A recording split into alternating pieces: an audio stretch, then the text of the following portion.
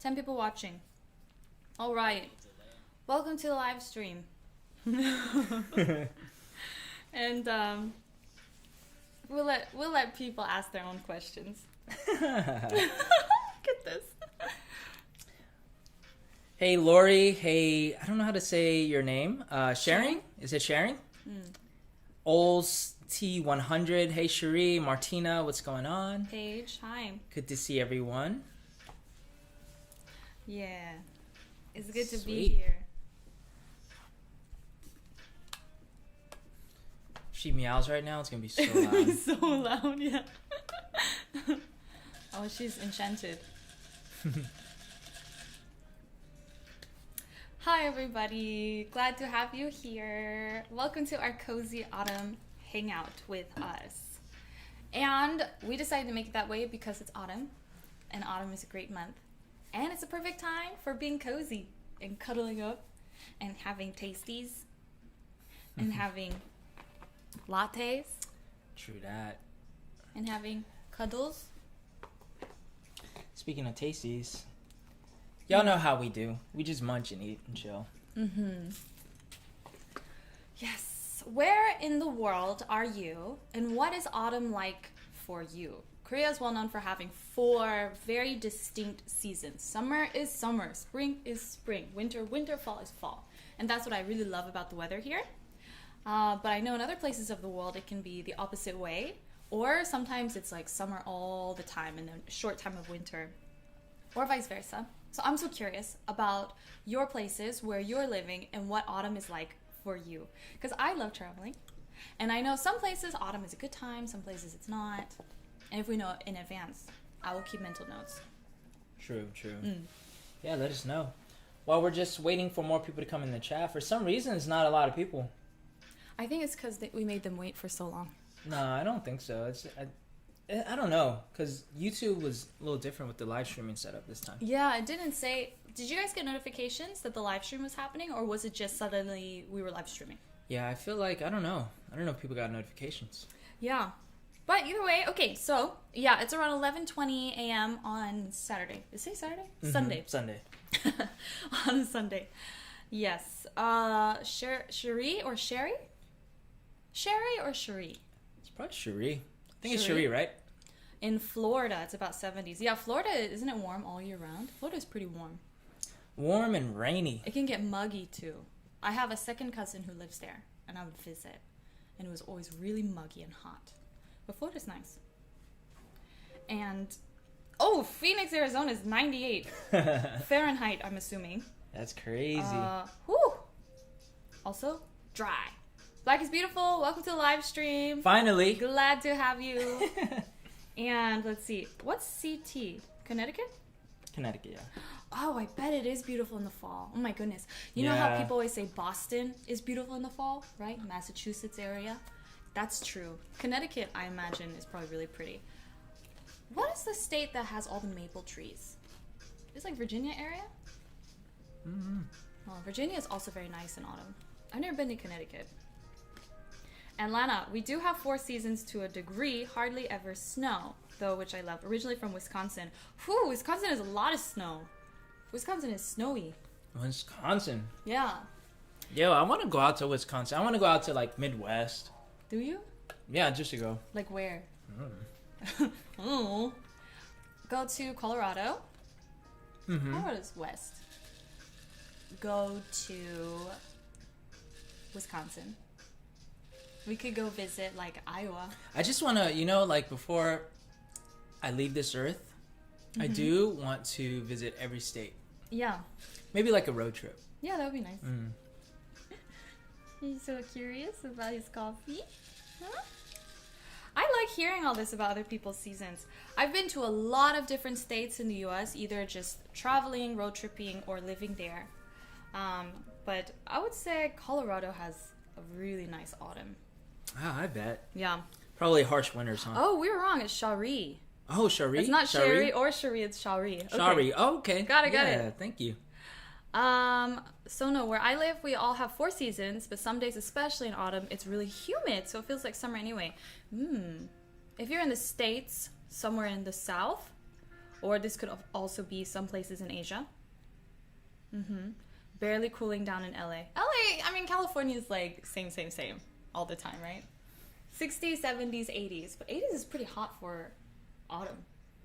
But it is LA. That's true. Yeah, 80s is warm. Yeah. It's like borderline hot, but warm, I think. And then Olds ET 100. I'm in Rayford, North Carolina. South Fayetteville. Of course I know where that's at. It's 51. Cool outside. Yeah, so like autumns in nice. Fayetteville area is usually pretty... it's pretty mild. I think Fayetteville has strong, like, 4 seasons. Like, each season can get, like, the summers are super hot, humid. Winters can get cold, but it's hit or miss. Has anyone gone apple picking? Have you been apple picking? Yeah. When? In New Jersey. Aww. Did you wear like it was good, yeah. Like a cashmere sweater? An Argyle No, but textiles? I wore like a plaid red and white shirt. Yes, plaid. Yeah, because I felt like that was very like Apple picking exactly, appropriate. Exactly. Yeah. Yeah. Let's see. Somebody finally asked, "Is that a cat?" we get into the cat business. Squish the cat. Well, I love how people are like telling all these places they live. So cool. Yeah. Arkansas. Yeah, that makes sense. Madison. I have family in Arkansas. We will visit. Around this time for Thanksgiving. Arkansas is nice around November though. Very nice, but my grandma lives on like a mountaintop. Not on top of a mountain, but kind of like a mountain. So the weather's a little cooler up there. Man. Sophie, I think if the first reaction you have to seeing a cat is squish it, that's some problematic stuff. I'm squishing it. She likes it. So, should we introduce her? Sure. Well, I don't know. You want to wait? Like, there's only like 22 people here. Yeah. So I'm wondering if like people aren't getting the notifications. So maybe we'll wait for a few more to trickle in. Okay, let's wait. I'm going to post on my Instagram. So, you said it's like a new live stream thing, right? Well, it's just like the new way of, I guess, setting it up through YouTube. So it's a little bit different. Yeah. Okay. Come join us on the Skycedi YouTube channel for the Cozy Autumn live stream chat with us. We have a secret. That's how we do it. Like, she's always just randomly, like, doing stories. So if you want to know what that secret is, you better come to the live stream. That's my way of tricking people. I'm catfishing. Wow. Good one. Well. Oh, so yeah, Taro says she didn't get a notification. I think people just didn't get the notification. Yeah, honestly. I mean, it has to be. Yeah. So, like, because before, the way you set up the live stream, each live stream through YouTube, you had, like, the old system that they allow you to still use, and then the new system. And then they just phase out the old system to where I can't access it, which is better, in my opinion. They're going to work out some bugs. Finally, we're in the sleepy mode. 그냥 자. Oh, I can't wait to guys tell you. Okay, notifications. So here we go. Martina, what's your favorite autumn beverage? Guess, what's her favorite? Who's? Yours? Martina. Oh, Martina's? Autumn beverage. Pumpkin spice latte. Ding, ding, ding, ding, ding. We have a winner. But it seems that when you come into autumn, it's pumpkin spice latte. It's apple cider. It's hot chocolate. That's more winter, right? It's... What are the autumn drinks? I don't know. Is it like maple macchiatos? Maybe in Canada. Cinnamon something. Pumpkin spice latte is obviously the runaway. But you know they serve it. I don't think they serve it all the time, but you can buy the pumpkin spice thing in the mart all year round. It's not like just now. So if you want to make it at your house, you can make it anytime. But it's not the same, I don't think. Like, if you drink pumpkin spice latte in the spring, you can't do that. This is not the same. Why not? It's like drinking eggnog in the summer. It's not the same. I mean, you could like it. It could be good. Isn't that all marketing, though? Yeah, what if but what if eggnog is tastier in July? Well, Maybe chickens lay better eggs in July. Maybe. Oh, wait, you wouldn't... I don't even like eggnog, though. Oh, really? Yeah. Oh, I like eggnog. Really? Yeah, I was a kid, and like I remember having it We for were the all first kids time. once. Well, yeah, of course. And then like, I think in elementary school we made eggnog, or they served us eggnog or something like that during Christmas time. Don't they put It was rum so in eggnog? nasty. I don't know. That's probably why it wasn't good. Well, I don't know. I doubt they put rum. They in just it. yeah, because that's what I'm saying. That's probably why it wasn't very good. They just gave you like raw egg and Yeah, milk. I mean, I'll be willing to try it as an adult. I haven't had it in I would many like years. to try to make it actually. Would you? If I made it, would you? If it's good.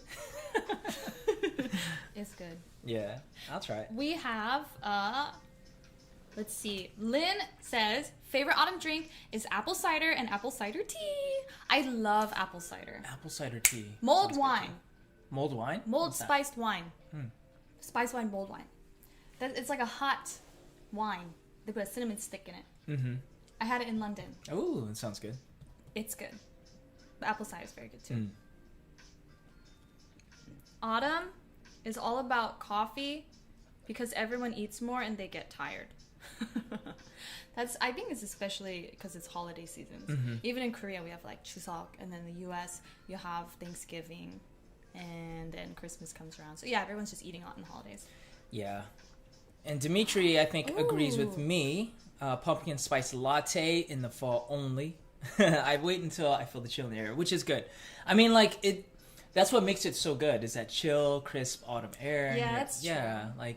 So hang on a second. Mm-hmm. If you are in like a very hot place, let's say you're in the Philippines in November, you don't feel that chill in the air. You still gonna have a pumpkin spice latte simply because it's autumn, or is the chill in the air a requirement to enjoy pumpkin spice lattes? In which case, it has nothing to do with autumn.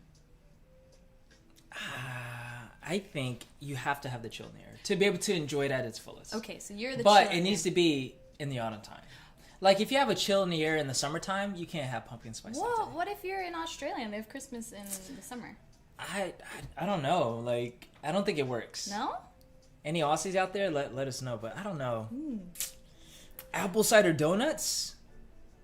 Ooh. That sounds good. okay. I'm not a fan of donuts, but I gotta I find a really love nice donuts, one. man. Mexican cinnamon coffee. That sounds good. Mm-hmm. Horchata. What's that? You know horchata? Horchata is it's a Mexican drink, and I think isn't it kind of like rice based? It has like a kind of lumpy flavor feeling. Yeah, it's a little cinnamon. Horchata is really good. Horchata. And then homemade hot cocoa. How do you make homemade hot cocoa? You use chocolate and you melt it? Guys, I need these baking tips, and I'll tell you why in a moment. Okay. And then, yeah, Swiss Miss hot chocolate with marshmallows. Yeah, that's a classic. Childhood classic for sure. Swiss Miss. But do you do the Swiss Miss with, like, hot water, or do you use, like, hot milk? That's the Milk? question. Because I think they tell you to use hot water. Swiss Or maybe Miss- the different packs are different. Come on, guys. They should rewrite that. But milk is definitely Milk is a lot definitely better. the best. Lily says, you guys are so calming to me. I love watching your vids. I didn't even know you were live. It was such a pleasant surprise. Oh, wow. Aw, thank you. Yeah, yeah. I like that because I feel like we don't have to be over the top. Mm. You know, to Just be garner ourselves. attention. You don't need to do that. I'm glad that you're here. Yeah. Eggnog anytime. That sounds yummy. Apple cider donuts, yes. So Lynn was the one who mentioned, I guess it was Swiss Miss hot chocolate, yeah. Swiss Miss hot chocolate. Hang on a second. Cranberry Nuts said Coco Chanel. What about Coco Chanel? That's what Cranberry Nuts said, Coco Chanel. Really? How closely are you watching everything? Coco Chanel. That's pretty good deductive reasoning. Well, okay. Oh, you need my sweet potato yams?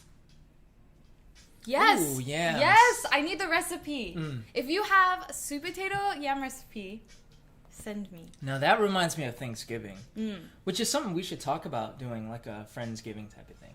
We should. Because I didn't do any sort of like American style Thanksgiving in the past 2 years since I've been here. If we do a Thanksgiving,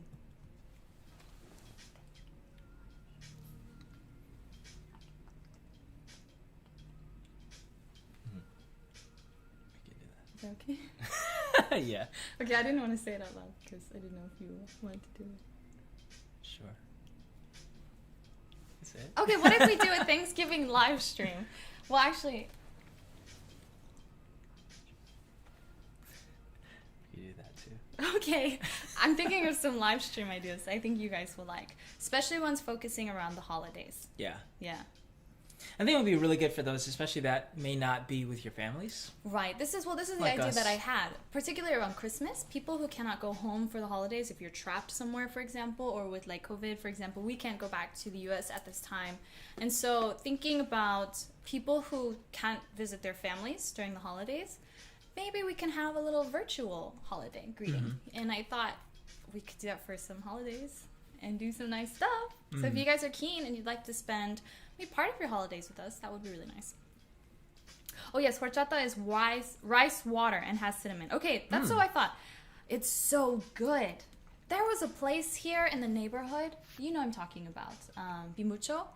They had such good horchata. Every time I went, I would always get it, and then they closed down, so I don't know where to get it anymore. But I want to have like really legit good horchata. Maybe I should try to make it too. Yeah, I'd like to try it. Yeah. Let's see. Lily says, I literally never use water for anything I can use milk for. Yeah, I think it dilutes the flavor too. Right. What about pancakes? Like Aunt Jemima pancakes? Because you know the simple mix is just like they have the pancake mix and then just water, which actually kind of works. But I want to use it with milk, but I don't know if it messes up the... You know last time I made pancakes for you? I used milk. Ooh. That's really good. Yeah, I agree with that. If you could use milk, use milk. And another trick to make your pancakes a little fluffy, add a dash of lemon. Something about the acidity with the baking mix, it makes it puff up a bit. You didn't know that, did you? Yeah. I learned that from my mom. Erlia says milk, cocoa powder, sugar, okay, boil, add slowly, then a second boil, stir and pour, top with whipped cream. Whew! Nice. I get a sweet tooth thinking about that. Cocoa powder, okay, and then sugar, and then you just want to make sure it doesn't burn then, I guess, because sugar burns quickly, huh? And then Sono says there's a shake called a grasshopper that is just vanilla ice cream and an alcoholic mint mix. Do you like mint? I like mint stuff. It's not my preferred flavor, but yeah. Like chocolate chip mint stuff, like ice cream or cookies I can do. Really? Mint, I guess mint flavored drinks, not to be associated with chocolate, I think those are okay. Peppermint tea. Yeah, those are okay. Yeah. I'm not a minty person. Joshua Lee. Hi. Yes, yeah, if you have that recipe, I'll really appreciate it. Sophie Rose, have you tried pumpkin cookies? If you have that recipe, you can send that to me too. Definitely. Send it all so she can make it for me. Yes. I always use vanilla. Thanksgiving or Christmas live stream will be very nice. Honestly, I think it would be really nice too. Especially, I mean, people in Korea don't really celebrate, well, obviously don't celebrate American Thanksgiving. Already Korean Thanksgiving passed. And then Christmas is just for couples. It's not really a family-based thing. So we could do something, which would be nice. Yeah, I think it would be really nice. We'll think about that. Pumpkin cookies sound good. Yeah. Oh, Ivy says we will be alone for the holidays. It would be nice if we can all look out for each other, honestly. Pumpkin cookies, okay. Oh my gosh, Cranberry Nuts is... That's what I was looking at. How do you know this stuff? Who are you? Jay, is that you? Wow, yeah. How does this person know? And even the name is gender neutral. It's gotta be like... Someone who knows. Yeah. Who? How did you Has know a that? little like fake account. And Yeah. she's like commenting and trolling. You don't like Randy Donuts. So this is I don't know if you guys know a chain called Randy Donuts. You can't see her, can you? Or Randy's Donuts, but yeah, I think it's a US based chain. But anyways, they brought it to Korea. And there's this one location that just opened up in Hongdae area, which is where I live, or where we live. And like everybody and their mama is going to Randy's Donuts to buy donuts. And I checked it out because I love donuts. Yeah. But it's like, it's basic. It's okay. It's okay. And it's just very annoying that everybody is just... I passed by it the other day. I think I was walking to a cafe. The line was like practically out the door. And I'm just like... You know what I love about this story? It just annoys me. The underlying hypocrisy because when it opened, you were so excited, and he was one of the first people to go. I was. Yeah, and then you ate it, and you're like, "This isn't that good." No, I didn't say that. It was okay. Oh, and then you just hate on everyone else. Well, it's because I've tasted really good donuts. Like back in the States, New York City has really good donut shops, and then New Jersey had some too. So yeah. Anyways, Cranberry Nuts, whoever you are, you're kind of freaking me out. Cranberry Nuts is very observant. That's what I have to say. That's so funny. How has quarantine been for you guys? So Korea right now, we went up to level 2.5, where it was semi-shut down, but we've never been in full quarantine. Mm-hmm. Yeah, never been full quarantined yet. And pray that stays the case. Not just country-wise, obviously, for everyone. And we hope never to get sick, and no one has to get sick. But so far, it's feels almost normal, honestly. Yeah, minus the fact that everyone has to wear masks. That's true. So that I think this past week they pretty much made it mandatory. Yeah. Which I thought it was already mandatory. Yeah. But everyone was already doing it anyway. Yeah. And like people will call you out if you're not wearing a mask, or they'll tell you to put on a mask. So. Right. Or you can't go into a shop, or you can't get on the bus. Yeah. This is even before it was mandatory. So this wasn't about rules. It was just everyone's consideration and safety. I've gotten so used to wearing a mask that sometimes when I come home, I keep it on for a little bit and forget that I'm still wearing it. Because it's just now part of second nature. Yeah. Ivy, I think I must be the only one who doesn't like pumpkin anything. I've heard that there are some people who are not pumpkin eaters. Yeah, I went through a period of not eating like pumpkin flavored stuff because I didn't really like it. I think my teenage years, but then when I became an adult, because your taste buds do change. Then you learn to appreciate the finer things in life. Yeah, especially pumpkin pie. Almond milk with Aunt Jemima. I was gonna ask if anyone uses like soy or almond milk because myself, I'd love to try that, but I know it has a slight different flavor. Mm-hmm. That sounds good. That sounds very good. Let's see. Arkansas in the building. Hello. Your voices are so calming. It could be an alternative to the Lo-Fi Girl studying stream. Wow, that's very high praise. I think that channel wins like Grammys every year. Oh, for real? Well, I've been seeing those channels of like study with me or like, and it's just like 2 hours of someone just like literally studying and working. Yeah. Yeah, I'd be down to do that. Because I feel like you have someone who's working with you. You have that sound. That makes a difference. Yeah, it's just interesting how these trends start to happen. Vida, hi, Becky and Cedric. I didn't know you were on live. Glad to see you. Hello. Yeah, I don't think anyone's getting notifications. That's probably why. It doesn't seem so. Yeah, but good that you're here. TM10, it stabilizes the pancake mix. What stabilizes it? Is it the type of milk that you're using? Is it the lemon? Yeah, I'd like to know what that is. Let's see. Pumpkin cookies, One Bite Pizza Club? What is that? I have no idea. Is he talking about pizza? One Bite Pizza Club. Maybe. Who are you? One bite, yeah. Who are you, Cranberry Nuts? Who are you? Reveal yourself. That's so funny. I'm freaked out. Let's see. Oh, Hershey's is... Okay, this is cute. Joshua Lee says, Hershey's is too sweet for Koreans, but Becky and Cedric are an exception. So it's funny how you corrected Becky, B-A-C-K-Y, to B-A-C-K-Y, because all my Mongolian friends will call me Becky. Becky. And I just don't... Becky. I don't correct it. It's just like, oh yeah, that's me now. Yeah, I love Hershey's. What's sweet pork pie? What is that? Sweet s'more pie? Sweet pork pie? Sweet pork pie? Pork. Pork pie? Sounds good. How can I send you a recipe of sweet potato pie? You know, you could, if you follow me on Instagram, Sincerely Becky W, send me a DM. Anybody who wants to send me recipes, please send them to me. And I will make the reveal now. I bought an oven. I expect some applause. Applause. Slow clap, slow clap, slow clap. Woo! Yes, I bought a mini oven, and I have been wanting to bake for years now.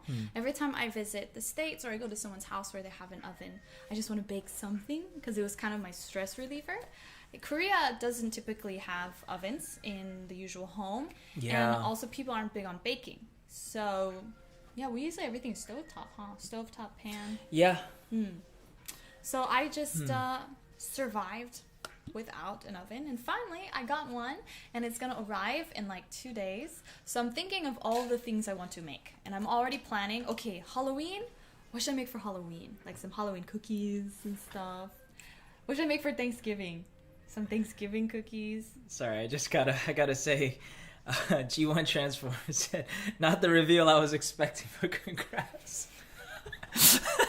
I guess you played it up real good. That's only one reveal, okay? But the other reveal is pretty obvious. Yeah, don't get your hopes high. Yeah, don't think anything else. So no, 8 ounces of whipped cream, 2 quarts vanilla ice cream, creme de cacao, and creme de menthe. Oh, okay, this is the what is it called? The drink that you were mentioning. I forgot the name. I don't know. Oh, grasshopper. Yeah, I'm just not into mint like that. But if you like it. Yeah, mint's good. Eggnog with candy cane crunchies. Okay, should we talk about... Oh, wait, let's sprint. I know it's very LA, but I love health lattes.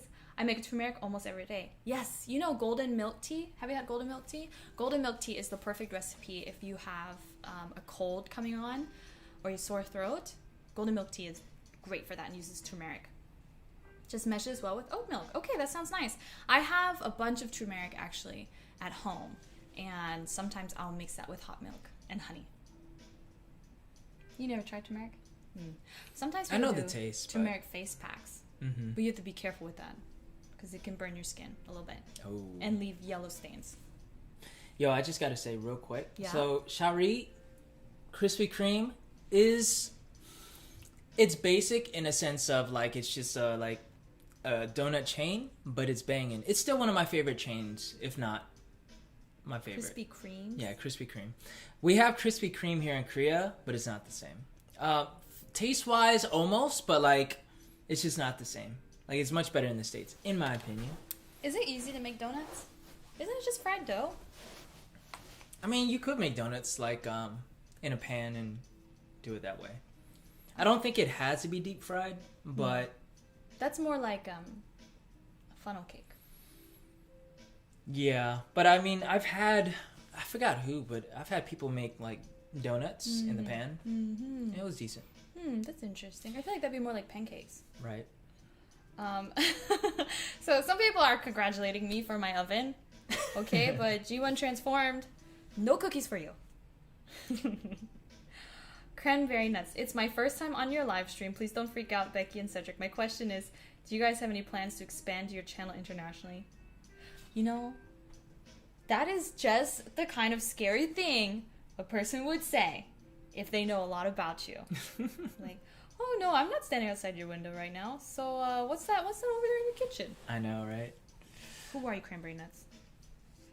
Well, yes, plans to expand your channel internationally. Why didn't you speak for that? Well, we do have I don't know, because like on one hand we do talk about Korean culture or places in Korea or our experiences in Korea, and that's the main focus of the channel. But as far as our audience, we have more of an international audience, and we have a small percentage of Koreans who also watch. So I don't know what you mean by that, but yeah, I mean, we want a greater international reach for sure, but also a reach here in Korea for those that are interested in this sort of content. So yeah, we do have plans to do that. Yeah, and regardless where we go, I mean, we will always take a bit of Korea with us. Right. And you know, because we don't know if we're gonna be in Korea like forever or so one of the things that we talk about is like we'd like to be able to get to a point, hopefully sooner than later, where we live in Korea, but we're able to travel and do work in many other places and also create content there, but not losing the focus of the channel. So those are some of the things that we've been thinking about. We're trying to make it happen. Yeah, it takes a lot of work, and plus, like, COVID's obviously not helping. COVID is not helping at all. Yeah, so we do have plans to expand, I guess, internationally in that context. And if you guys stick with us, you can come with us everywhere in the world. Well, Ivy asks, do you guys celebrate Halloween in Korea? It's a good question.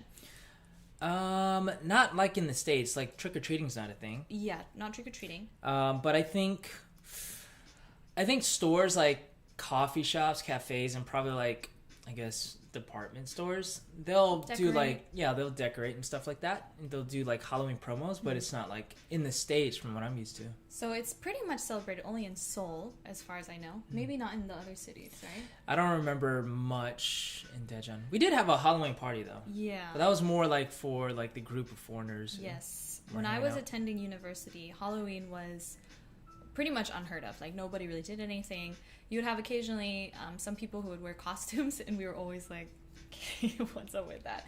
But then Itaewon, which is Party Central, was hosting all of these huge Halloween parties. So everyone would flock to Itaewon, and everyone would be wearing costumes, and it was like a huge Halloween party. But you never feel scared or unsafe. I think that's the thing I appreciated about Halloween in Itaewon. So I've celebrated a fair few of my Halloweens in Itaewon. Yeah. Crazy but stories. But then I stopped and I became mature. Yeah. So it's not a big thing here, but I think this year nothing's gonna happen. Honestly. Like, if they have Halloween parties, they're gonna be very small. But you can look up photos of Itaewon Halloween. Gets crazy. But this year I've never it's not experienced gonna that. happen. Yeah. Let's see. Make Southern style dressing for Thanksgiving.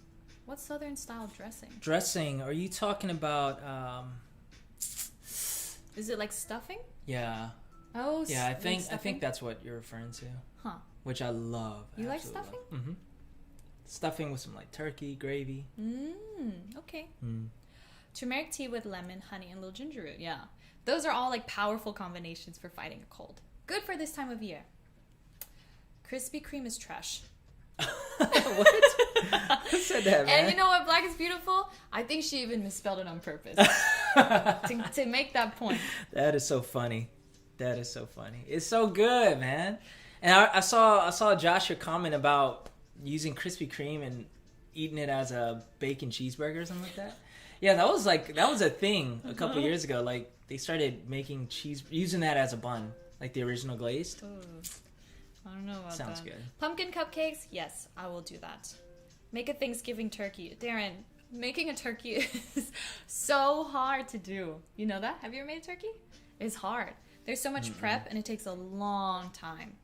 And you need a big oven if you want a proper turkey. I don't think it'll fit in mine. Yeah. Maybe a little ham? Let's see. The channel is international. Hello. Thank you. Pay attention to Mondays on Arirang Radio, 7 p.m. Central for Cedric with Peter Bent.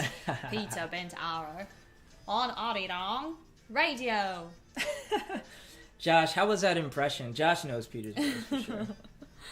Brussels sprouts and garlic. I like that. Oh my gosh, you should do a video in Norway as... Are you Michael? What's that? I thought about that. I bet that's Michael. I bet you're Michael. Are you Michael? That's why he asked about expanding internationally, probably. Yeah, Michael, you're trolling us. All right. That's hilarious. Let's see. So many great things. Yeah, Itaewon Halloween is crazy. It absolutely is. And Lynn was talking about stuffing, it seems. Cornbread. Oh, but Martinez's stuffing and dressing are different. I always knew it to be interchangeable, but maybe they are in its basic form. Yeah. Yeah. Let's see. Love is Elastic Creations. How about a dating site? From you two. International. My daughter first. Ha ha ha. Seriously, our marriage is now very small due to COVID. A lot of things are getting pushed off. Yeah. Or they are small. I'm just seeing all these like stories of people or like people they know where their marriages are like pushed off. Yeah. Or canceled. Yeah. Or they'll just get married and then have a ceremony like later. Whenever. Mm-hmm. Yeah, that seems to be very common. Can I introduce now? Oh, yeah. Now it's about time. She's just on my arm. I can't move my arm. So, you guys have probably noticed another living creature here. This is Chanel. And together, they're Coco Chanel. Because his nickname is Coco.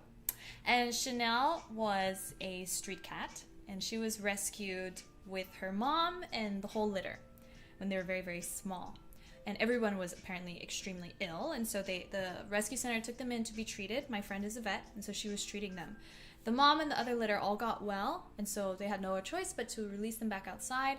But Chanel was very, very sick. She had like a big tumor on the side of her face, and they didn't think she was going to survive, but she did. And then the week when they were going to release her out by herself, and she was only a few weeks old, I saw her, and they said, if you want her, like, you don't have to do any of the adoption papers, you don't have to do any of the fees, like, she just needs a home, basically. And so I just took her. And this is my cat, Chanel, and she's almost 6 months. She's a really good girl. She's very lovely and sweet. Yeah. And obviously they love each other. I guess so. They do. I don't know if y'all remember, but like a couple months ago, I was like not into cats at all. So I'm warming up to this thing that is sleeping on my arm.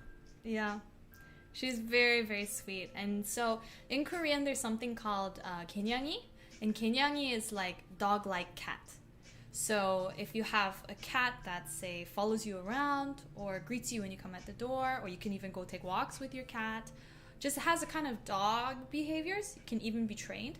That's kind of kenyangi, and she is such kenyangi. Mm-hmm. She's super kenyangi. Whenever I come home, she runs to the door, greets me, and then when I leave, she watches me go. And she can do a bunch of different little orders.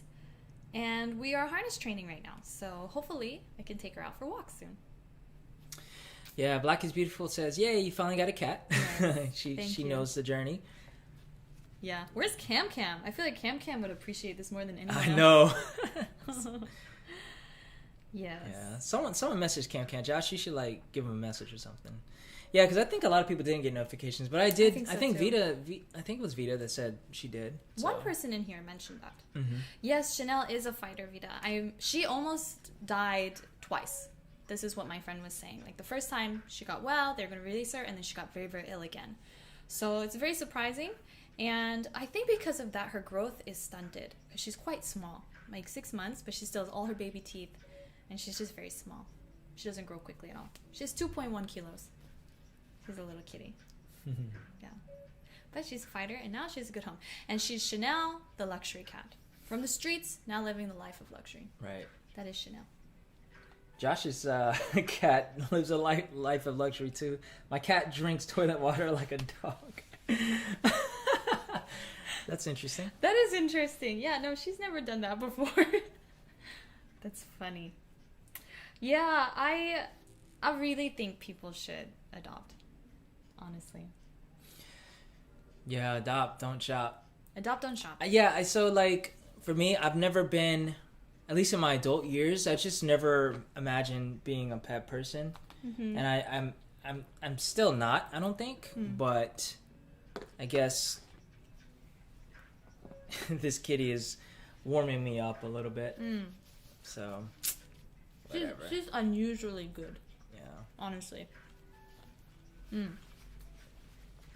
Sorry. Yeah, so I believe people should adopt. I could talk about this forever, you know that. I just make one point, okay? To convince your minds and your hearts.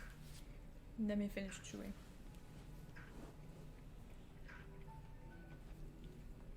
There are fewer, more precious things in life, I believe, than to see someone or something have been something totally crushed or abandoned or lost or traumatized, and you are part of that healing process. Animals are very unique in the sense that given enough love and patience and time, they will always give a second chance. And I think that's a very incredible thing that we as humans can also learn. So I'm always watching, those stories about like the dog couldn't go outside or was too scared of people and then meets the right person who then takes care of and shows love, and then suddenly that moment happens when the dog is like, oh my gosh, like I'm loved. Oh, I'm safe here. That's such a beautiful thing. And I do think it's an illustration of how we as humans can treat other people who have been through difficulties or traumatized. Right. And can come back again with a second life. So I personally think adoption is a beautiful thing, and I think everyone should do it. Yeah, Josh agrees. Adopting is more fulfilling. Yeah, for sure. Yeah, I really think so. Yeah, so Sophie is going crazy. She really wants to pet the fur ball, the fur baby. Everyone wants to. She's growing more fur, I think, because it's getting colder. But she's getting fluffier. Yeah, it's so funny because I grew up not liking cats because my mom didn't like cats. For some reason, my mom's just I won't say she has a hatred towards cats. Like, she's not like cruel to them, but she just doesn't want them. And so I've just sort of, I don't know, picked that up from her. So I've never been connected to cats. And so I guess Chanel is the first cat I've had like true experience with. But yeah, because I always avoid cats. You avoid cats? Hey, my live stream chat room is not working. Oh, really? Yeah. I'll just look at yours. Sure. Yeah, in a way, so I really don't think there is a naughty dog or a naughty cat. I do believe that there are people who mistreat them or don't know how to communicate. And that's why they act out and lash out. And the reason I say that is because when I was younger, I had a dog, and I always regret not taking care of her better and just thinking like, oh, she was just too crazy. She was so naughty. But in reality, it was my neglect. So when I think about that, like, my heart really hurts, and I don't want to do that to anyone else again. So, valuable lessons. Chanel, you lucky girl. Yeah, I saw a comment from Jongmin Kim. Are you Gepic or just working at franchise Hagwons? I'm assuming that question is directed to me because I don't know if you're asking that to anyone else. Oh, but Epic? Gepic. I am currently, actually, so I'm not teaching anymore. So I taught my first year here, and then I did some English tutoring, just trying to reposition. And after that, I just started focusing on building my freelance business as a video creator. And so that's what I'm doing full time, focusing on that, as well as trying to build up the YouTube channel. So those are the two main focuses. And I do a little modeling on the side, and when I say a little, I mean like very little. Just like whenever stuff comes in. He could be a just model. Just to do it. Yeah, I don't want to do it. Like, I'm not like passionate about that. But yeah, so that's what I currently do. Lily, it's hard for people who need hypoallergenic pets of small children because you don't know what they went through. They could have PTSD. Yeah, I mean, that's totally true. There are always many things that can stand in the way of having a pet. Understandable, having allergies, you know, or having children can always be hard. It's not always for everyone. But I do believe people have more capability to love a creature and take care of a creature more than they might have expected. And you will always be rewarded tenfold. Yeah. A dog or cat will choose you, and you don't choose it also. Yeah, I think it can be mutual. This is a little bit like the wand chooses the wizard, Harry. Something. It is mutual, though. Yeah, because obviously you have to have your heart open. But sometimes, yeah, they'll just wander into your life. Like Chanel. You just wandered right in. She wandered into yours. Yeah, I guess so. Well, lots of cat lovers in here. 홍이, 안녕하세요. Oh, so sweet. Wow, lots of people have cats here.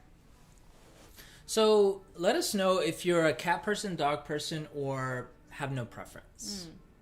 Or you just don't like them. Oh. Yeah, let us know. I'm just curious. Love is Elastic Creations. I'm getting a hearing dog.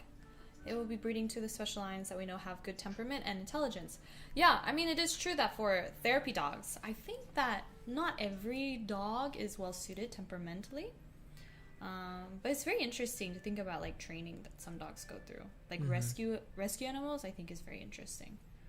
Yeah. Do you believe in animals having premonitions? Like, some people say an animal will know before you're going to pass away. Or they know when something bad is going to happen. I think so. You think so? Like, I mean, I guess it depends on the animal and it depends on the situation. Because I know that there are certain animals that have, like, crazy senses. Like, for example, I watched this one documentary on Netflix. I forget the name of it, but I think it's a fairly recent one. Where they were looking at these birds. And I forgot the name of the birds, but basically researchers have started to find out that these birds always had certain patterns of, I guess, what do you call it when they migration? Yeah, I guess migrate, right?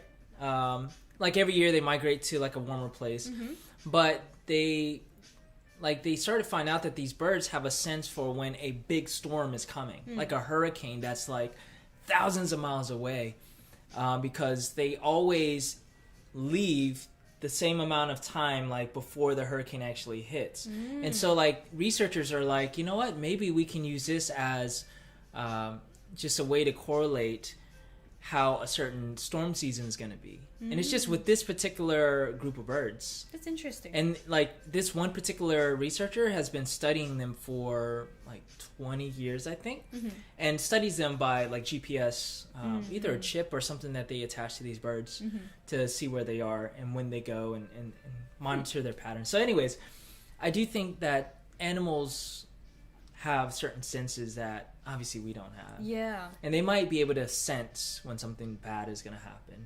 Or they could sense danger, I think. Maybe in our eyes, we're like, it's a sixth sense. It's like a weird, superstitious thing. But for them, it could be just hypersensitive awareness due to the smell of the air. Or they're feeling something through the ground. Right. We don't know. Very mysterious. Yeah. So we've got people that are both cat and dogs. Let's see. Leah is both cat mostly though. Ivy's definitely a dog person. Ungi is a cat person, but thinks that Shiba Inus are so cute. Oh yeah. Yeah. Let's see. Josh, my cat's name is Tuna Tits. A funny name. But it hits her. It fits her. It fits her, sorry. Fits her. Because she's fat. She eats well. Nice. It's funny. Let's see. I, myself, for cats. So in Korea, people love to name their animals like Mimi, Lulu, Pinya, you know. Super cutesy. Yeah, very like cute names. In my opinion, I think it's tacky, but for cats, I feel like for cats. For dogs, I feel like they can be a little cuter. But I think like a dog should have like a kind of like a, I don't know. Cats, I feel like should have more like chic names. Yeah. And dogs, I guess they should have names fitting their personality, right? But there's a poem. Who wrote it? E. Cummings, maybe? Anyway, this poet, he wrote a poem about cats, and he was saying cats and their names. A cat will have 3 names. I can't quote the whole thing. But the cat will have the name that you give it. It should have like a very cool name, like Brutus, right? Or something very like classic. Then you would have their nickname that you would just call the cat on the regular. And then the cat has a 3rd name, which you will never know. Has a name of its own. Mysterious creatures.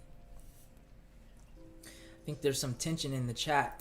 Oh, with what? Let's see.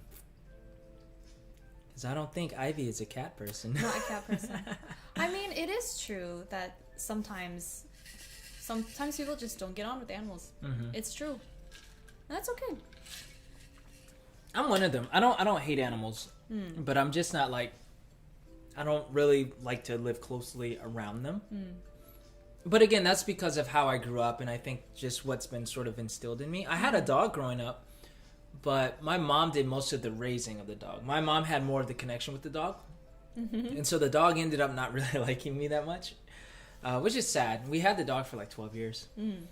Yeah, but I don't know. I don't have that like animal caring instinct. So I'm trying to learn how to care for animals. You're very good at it. I don't know. But, I mean, not everyone is an animal lover, frankly speaking. It's true. And sometimes animals, like, they will react to you differently. Even if you were being totally sweet and lovely, they just react. It's just unreadable things that we'll never know. So, Ivy, I wouldn't say you have bad energy or something's wrong with you. Oh, no. But I just depends on the animal, honestly. Yeah.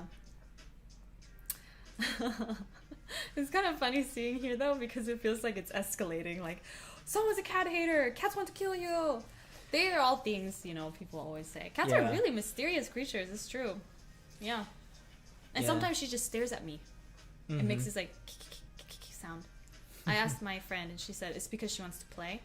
Yeah. But it's weird. But let's move on from this topic since it seems to be getting heated. And Sophie, you could calm down a little bit. It's okay. Yeah. It's all right. But yeah, Ivy, I do agree with you that like I can understand where you're coming from too. So Cranberry Nuts says, "Hope Chanel likes tuna." Yeah. Chanel does like tuna. Michael. Well, it's not confirmed that it's Michael, is it? I think it is Michael. Because Cranberry Nuts didn't dispute it. If you're not Michael, then you should tell us your real name. Prove it. Prove it. Yeah, Chanel loves tuna. Yeah. Goldfish are cool. You know, I used to have a goldfish. I liked the really ugly ones. You know the ones that have giant eyeballs that are on the side of their face? I like that. Oh my goodness. And you never met Asterix. Asterix was my beta fish. I had a beautiful tank, and he was really clever. He was purple, and I taught him how to jump. If anyone here had followed me from maybe 4 years back, I had a little fish named Asterix, and I taught him to jump out of the water, because beta fish originally are also called Siamese fighting fish, and apparently they can be trained to fight each other. They're very aggressive when they're with each other in the same tank. Super territorial. But that was Asterix. Then he died. I guess fish don't have a long shelf life. Huh? No. But he was really lovely. You don't get that, do you? Connecting with a fish. I don't. Cranberry Nuts. Michael was sleeping in Norway. Oh, okay.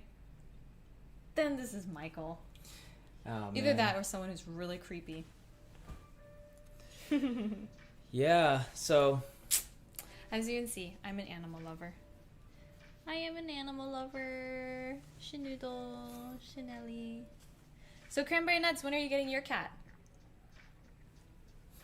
Wait, why is your name Cranberry Nuts? Yeah, why would you pick that of all names? Whoever you are. Not Michael. Michael. Yeah. What was the other thing that we wanted to ask?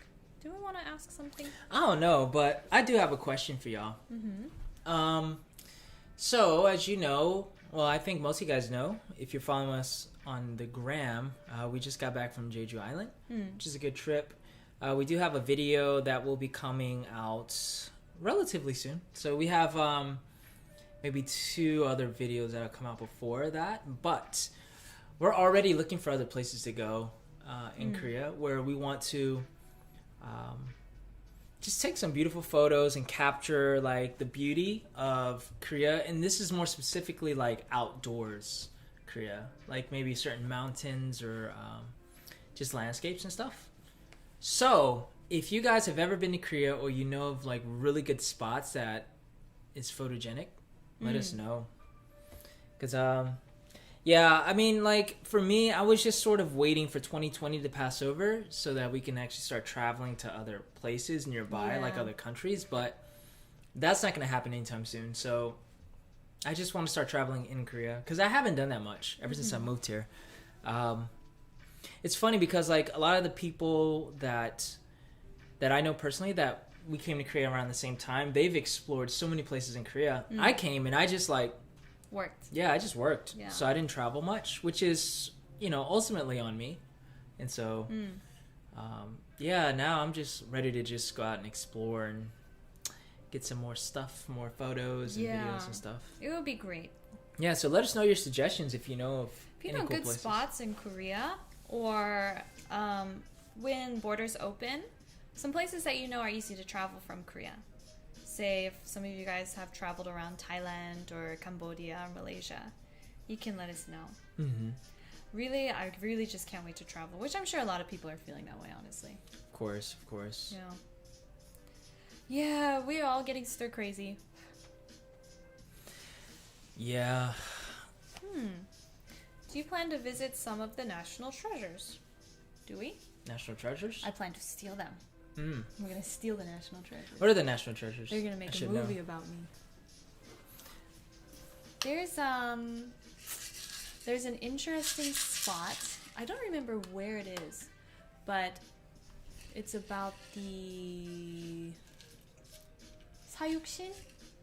Sayukshin were like the 6 warriors who defended the king after there was an overthrow, and then they have this very interesting gravesite with this door that apparently it says like you can't reach the afterlife unless you go through this door. Right. And there's like all this legend and myth behind it. And that sounds like an interesting place. I'd like to go there, but I can't remember exactly where it was. The only reason I know about this is because I did a voice recording, like for a tourism group. We were talking about the Sayukshin. There's a lot of interesting spots. We should visit like the royal tombs, and then there are of course all the palaces, and then you need to visit Suwon. And there's a lot of things we should see. Yeah, I'm just ready to just do it, man. Like just to go, and it doesn't have to be like just do it, extravagant trips, just like day trips or like 2-3 day trips. Like Sure. Jeju was really good. It was really refreshing because that was my first little trip for like ever since a year ago. So Yeah, it was really you haven't nice. been to Jeju since 2012. Oh yeah, look at this. Cam! I was wondering where you were. I wanted to wait until you were in the chat before I introduced you to Chanel, because I knew of everybody in here, you would appreciate it the most. Of course. Yeah, Cam has been trolling you for like half a year now. Right. This is Chanel. And Chanel's a rescue cat. We rescued her. Well, I rescued her. You just kind of put up with her. I just supported. Yeah. But as you can see, she's lovely. So you might see more of Chanel in the future. Maybe.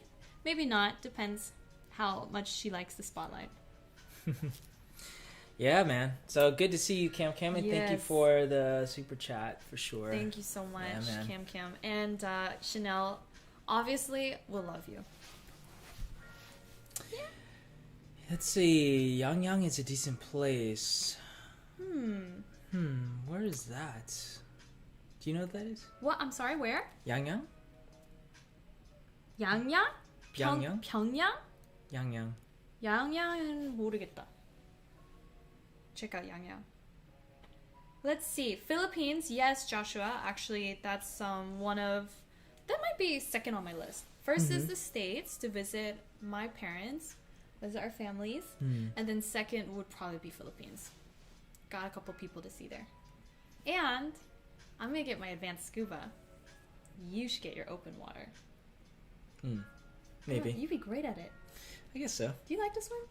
You like Swimming's to swim. good. Yeah, you're good at swimming, aren't you? Yeah. You don't like I haven't swam in years. I could swim. If you threw me in the ocean right now, in the middle of it, I could like survive for a few hours. Until I run out of energy, so I can swim. Do you enjoy swimming? Yeah, I do. Scuba's not really about swimming. I know. You'd be a good scuba diver Why? because you like exploring things. I guess so. Yeah, I'd be sick. I'll get a waterproof housing for my camera. Yeah, Let's go and down then we there. could take some really cool underwater No, shots. seriously, it'd be really you can cool. get some great stuff. And did you know we've only discovered like 5% of the ocean? We know more about space than we do about the ocean. That's nuts. Actually, with space, we can't really quantify it like that because the universe How is big always is- expanding. Yeah. So even if we say we discovered 5%, then like 10%, 20% is increasing at the time. So anyway, point being, there's a lot of things in the ocean. Oh, I saw a photo of a squid that was only like 2 centimeters long. Really? Yeah. That small? It was 2 centimeters long. What? And there's a photo that somebody caught it while he was night diving. And he caught it on his camera. And it's like this teeny little squid. Wow. Yeah. I'm allergic to squid, by the way, so Oh, I'm scared to touch it. maybe it's allergic to you. But there's so many things you can see. Yeah. But, like, I'm okay with exploring the 5% of the ocean. The other 95%. Who knows what's in there? Ancient creatures in the depths from the Jurassic era. It's just crazy to think of what could possibly be down there. From And it's like worlds past. so dark. It's insane. I wish we could see everything. But yeah, there's no light. And then the pressure is so immense. you'd be crushed before you saw anything. How interesting. I'm not interested. Turkey is open for visitors. I had a friend who lived in Turkey for a year, and she and I have been promising to go visit for forever. Dang, you have friends everywhere. Yeah. Love is Elastic Creations. Daughter's never been to Jeju, I'm assuming, giving a round trip ticket in May. Oh, it is. Is it Jeju? Or are you talking about Seoul? What would be a good city for a single girl? She has been on commercials and model. I mean, honestly, Seoul's not a great place. I mean, not a bad place. Not a great place. Seoul's not a bad place for that. Yeah. I think it's safe. Yeah, definitely. I think that's a good starting place for probably most people in their 20s. Yeah, and it's really safe. In terms of work, probably your best bet is to be in Seoul. But you have to get the proper visa. Yeah, of course. Or get an agency in your home country and then request to come to Seoul. And there are agencies here that will work with outside international agencies. That's always a possibility. Tokyo is also very safe, but it's just way more expensive, and people don't speak English as much as they do here. That's an option. Hong Kong, China, I don't recommend for modeling myself. Philippines, if you have a certain look. But again, Philippines lifestyle and Seoul lifestyle is quite different. Seoul is safer. Those are just my recommends. I know one girl who models in Taiwan. She did pretty well for herself. Let's see. Kimchi. Wow, we've got a lot of nice recommendations. Yes, Cam, her name is Chanel. Chanel like the luxury brand, because she's Chanel the luxury cat. Chanel the luxury cat. Oh, let's see. Thanks for Vino Festival white wine. Who sent you a white wine? Did we send him a white wine? I don't know who Cranberry Nuts is. Well, his cat's name is Tuna. And if it's Michael, then Michael got a cat named Tuna. The ocean deep would be wonderful to learn more about. I agree, Martina. You know, my dream was to discover the Titanic. And that was my dream all through middle school. And then I watched the movie Titanic, and then they showed them discovering the Titanic. I was so disappointed. When did they discover it? Wasn't it the 70s? Yeah, I was quite upset. Because I wanted to be the first person to see it, and I would dream about it, and I read about the Titanic. You've heard about the other cruise liner ship somebody wrote a book about that was mirroring the Titanic, but it was written like 50 years before the Titanic actually happened. And it was about this amazing cruise liner ship that was supposedly unsinkable, and it goes off and it hits an iceberg and it sank. Oh, really? Someone wrote a book about that. Yeah. And it didn't get much attention or anything. And then when the real Titanic happened, people were like, what is this? Prophetic. Dang. Interesting, right? Loch Ness and his buddies. Who thinks the Loch Ness monster is real? Do you think it's real? I don't know. Like, there's no definitive proof, right? So it's just people claiming they've seen it, right? In stories. So I don't know. Loch Ness could be real. I mean, it could be like a certain creature that's just dwelling in that area and just pops his head up every once in a while. I don't know. Could be, but the Loch Ness is so deep and very murky that you never know. You'll never know. Hi from Kenya. Thank you for joining us. Is it Najda? Nada? Neda? Wish I could pronounce.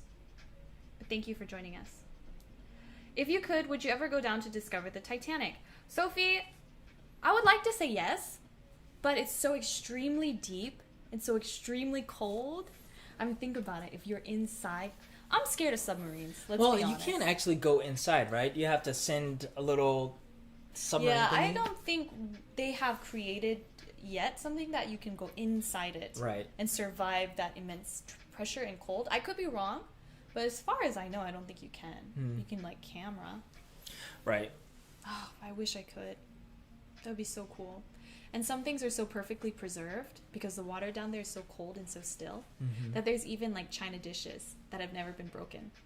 Just there. Isn't that enchanting? It is enchanting. Wow.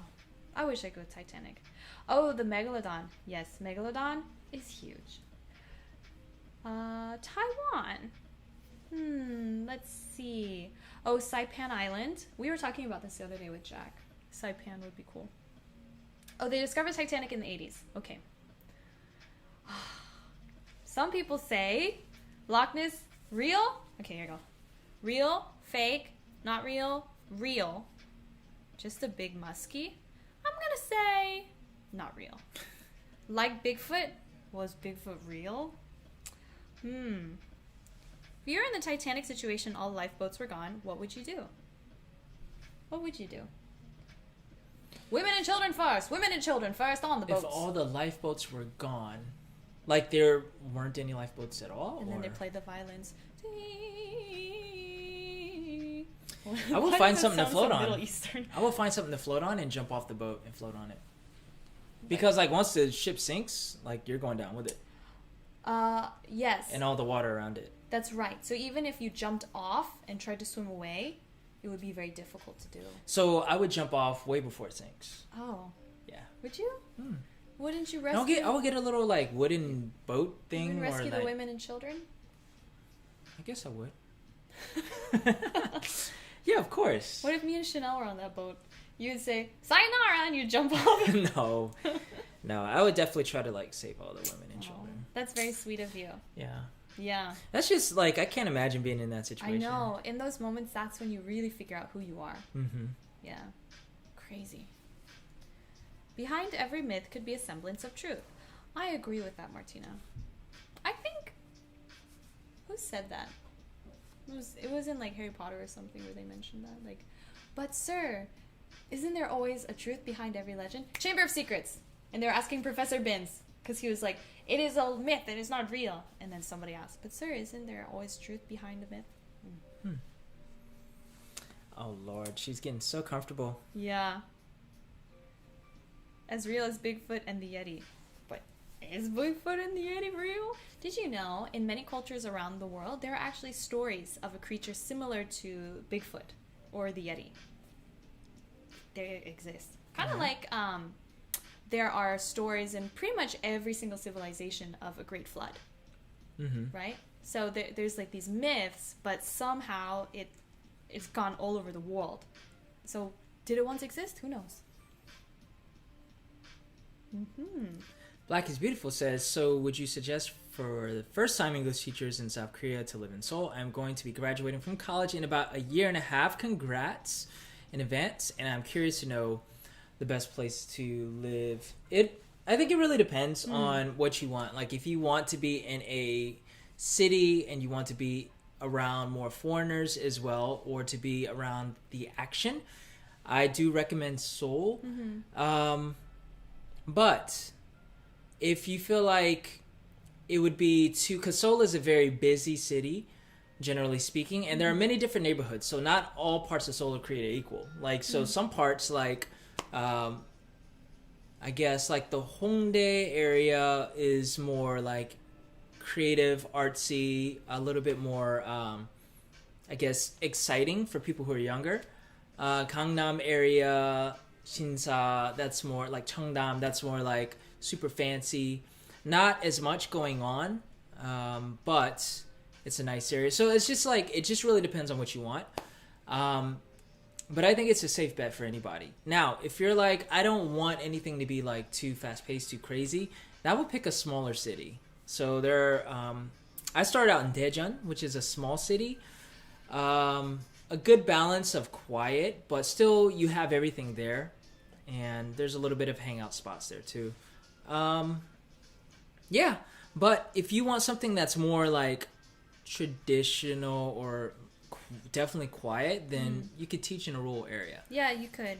Yeah, but most people in my experiences seem to like Seoul or like city teaching better. But it really depends on you. But in terms of like access to everything, basically, Seoul, I do recommend. If you want more convenience and like fun things to do, Seoul. But if you really want to experience culture, small town life, and connect with your community more, then I would recommend something more real. I had a friend he was out in a really deep countryside, and he had a great time, and he learned Korean very quickly. Yeah, so Those are benefits. yeah, just think about what you want, basically. Yeah. You would probably have an easier time in Seoul, likely. So it depends, though. Everyone's talking about the Titanic, and yeah, you would have frozen to death, I think, before you were rescued. Yeah, but I probably wouldn't have known that, so I would have jumped off anyway. So G1 Transform says it took nearly 3 hours for the Titanic to sink. If you jumped off, you would likely have been fine. Just swim far away. Yeah. But then, yeah, the cold water would just freeze you. Right. But so I wouldn't float. I mean, because Jack, he was like frozen stiff in the Titanic. But so I would be on top of the little wooden board like Rose was, because she was good.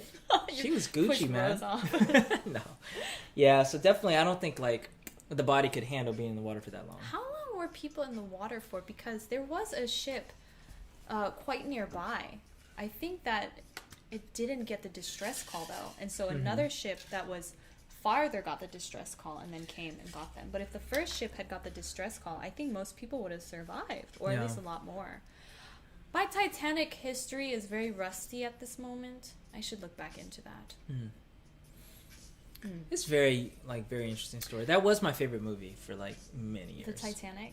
And then what was after that? Walk to Remember? And then was it The Notebook?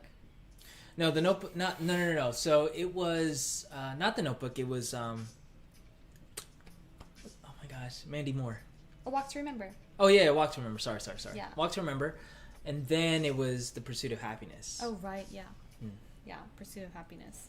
Good morning from Zanzibar. I'd love to visit as well. I love how people are coming from all over the world to join us. I really think it's amazing. And these deep sea creatures like anglerfish. Ooh. Sharks. Hi, Jackie. Thanks for jumping in. Yeah, nice to see you, Jackie. Jackie's usually like the first one in the chat. Oh, really? Good to have you here, Jackie. Yeah. I love deep sea creatures. I think I've mentioned this on a different live stream. Probably. That I look them up every once in a while. Yeah. Just to marvel at them and be like, oh my gosh, what if I saw one with my eyes? What would you do? You know, if you saw one of those viper eels where it can unhinge its jaws and they get like 6 feet long, what would you do? Man. And you know bioluminescence in the ocean? Scientists still don't know what causes it. That's so cool. Yeah. I wish I was a fish. I mean, I guess. How can you research that? Do they like bioluminescence? Yeah, I mean, do they capture those like creatures and bring them up and research them? I suppose. Man. They have to capture them, right? But it's weird because it's almost like electricity. And there's no natural light to have a reflection happening. So what's causing it? Wow. I don't know. I wish I was a fish. Let's see. Lily, getting your homework done. I'm glad to hear that. Sophie's asking all these scary questions about the Titanic. Splitting in half? Oh gosh, I'd rather just freeze. Yeah. Well, I guess if you're split in half, like it depends on how fast it happens. Like, or getting sunk on the water. I heard that drowning is one of the most painful ways to die. So did I. I heard that as well. Yeah, so I don't know about that. I think it would be better to freeze. Yeah, I guess so, because I think over time, like, your body... It just, your mind slows down. Like, what happens is, so I listened to an episode on Stuff You Should Know, and if you freeze, okay, so what happens is you will feel a burning sensation in your extremities, and then it's like your heart, I think it pumps slower, because it doesn't need to pump blood all the way to like your hands and your feet. That's why your extremities will freeze first, frostbite, because the blood stops pumping to there to maintain your internal body heat for as long as it can. Right. And then eventually you're gonna get sleepy and warm and you'll fall asleep. Yeah, I guess I would choose that way. Yeah. It sounds like oddly relaxing. Oh gosh. Painfully relaxing. It sounds. Everything sounds bad in that way, but it is interesting to learn about it. Yeah. Man, yeah. This got very weird and off the rails, guys. I know we talked about all this kinds is like of random stuff. Everything else. Yeah. But this is a cozy autumn day hangout, talking about It freezing is. to death in Titanic and anglerfish. Is that Yeah, crazy? by the way, I'm like so sleepy right now, guys. So I'm just like in so chill mode. Why are you sleepy? Because I didn't get a lot of sleep. Oh. So I'm just like, I got an iced Americano with an extra shot, but it does nothing for me. Yeah, you're Absolutely not affected. nothing. No. But You know, the only one who's really cozy here is Chanel. she's living the life. Chanel, you so happy? You know, I trim her toenails. Mm. I cut her nails and brush her. I'm trying to brush her teeth, but it doesn't work very well. I can give her medicine and clean her ears. Look, I'm almost a vet. Or a cat groomer. Yeah. Wow. Jackie's about to go to sleep. Yeah, what is it? Like 11:30 where you are. Wow. Yeah, jumping in cold water. Whew. But you know, there's some saunas. And maybe Cranberry Nuts can confirm this or not. But some saunas up in Northern Europe where the style is, I think it's in Sweden, but you sit in the hot sauna and then right after that you just jump into the freezing water. Mm. It's very good for your skin and circulation. We have that too here in Korea. You know saunas, jjimjilbang? You never did them, did you? No, I've never visited one. Oh my gosh, I love them. But they have that as well, like really hot tubs, and then you go into the very cold tub. Very good for your skin. Mm-hmm. Makes you look young. Yeah, it's just like, have you guys heard of, I forget his name, like Hoffman? Wim Hof. He's the guy that, like, does crazy hikes, like, Oh yeah. in the cold in his, like, boxers or shorts and stuff like that. And he, like, jumps in freezing cold water, or he takes cold showers just to take them. Yeah. He believes That's pretty that like amazing. he's impervious to the cold, doesn't he? I don't know about that, but, like, he's learned how to regulate his body. So it is a big mental thing, but also to regulate his body to operate in those conditions, which is obviously like a huge mental thing. So I don't think he's not like into like super, like this is a superhuman thing I can do. It's just something he's learned like through his breathing and stuff like that.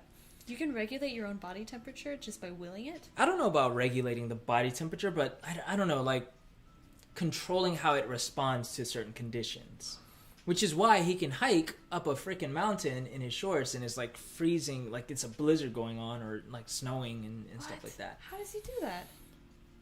Yeah, and so he's created his own method and like he apparently trains people to do that too. So people will sign up, which is a good way for him to make money. People will sign up to go on like, I guess, hikes and stuff with him. Teach you how to not be cold. Yeah.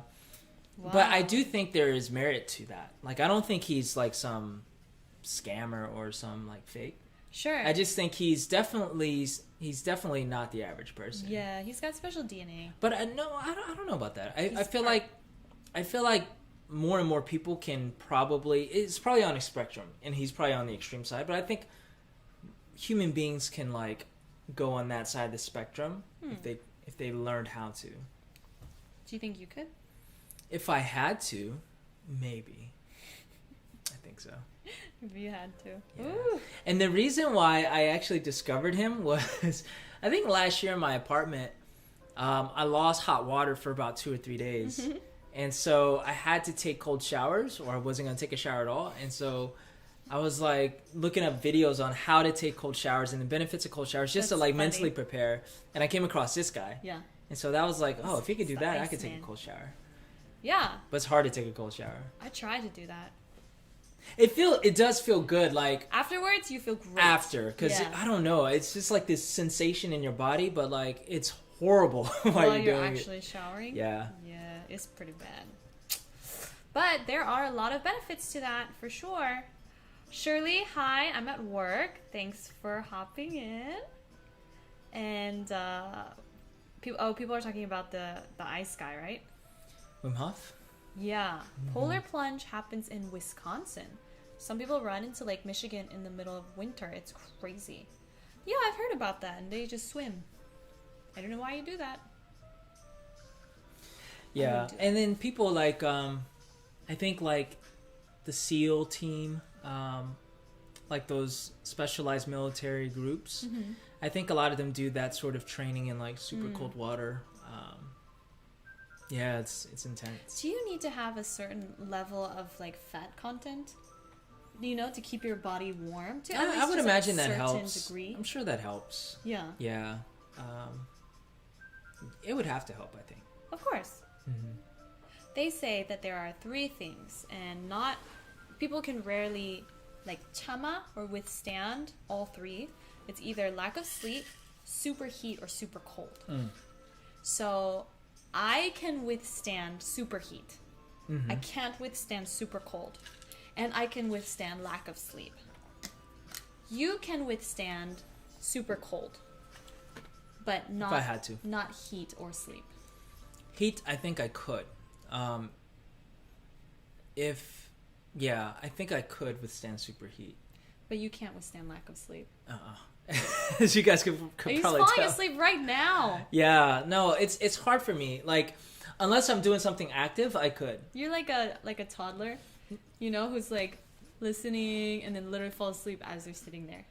No, it's just like I think. Which I have witnessed before. I think if I'm sitting down and I'm really sleepy, it's more difficult. And I think it's probably for everyone too, but like if I had somewhere to be or I had to like just go out and shoot or like work, like I could withstand it. It's not easy, but I could do it. But yeah, normally like you're better at handling no sleep than me. Yeah, but I do get temper. When you don't sleep? Yeah. If I don't sleep and I'm just like not aware of that, then my temper flares out suddenly. Yeah, you guys didn't know she had a temper, did you? Everyone has a temper. She's scary. Oh my god. Everyone has a temper. Yeah, Chanel is spoiled, Sophie. Yeah, she is spoiled. Yeah. Yeah, but you deserve to be spoiled. Before I got Chanel, I would always be like judging people for giving their animals so many toys or like fancy beds to sleep in. Then I went and got her a heat pad.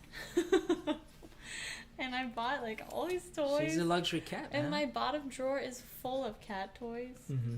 And she knows it now. Because when I go open the drawer, she's like, oh, what's in the treasure box for me? Yeah. It's yeah. Yeah. I don't want to spoil her, though. I don't let her do everything. She's trained. Man, yeah, so about that cinema camera. Hongi says, I can tell she has a temper. I don't have a temper. I never get mad. Oh, you or Chanel? Okay, it comes out only occasionally. I don't have a temper, though. Never mind. Okay, I'm digging myself in a hole. Let's just say I have an appropriate response when I'm upset. Okay, I'll stop.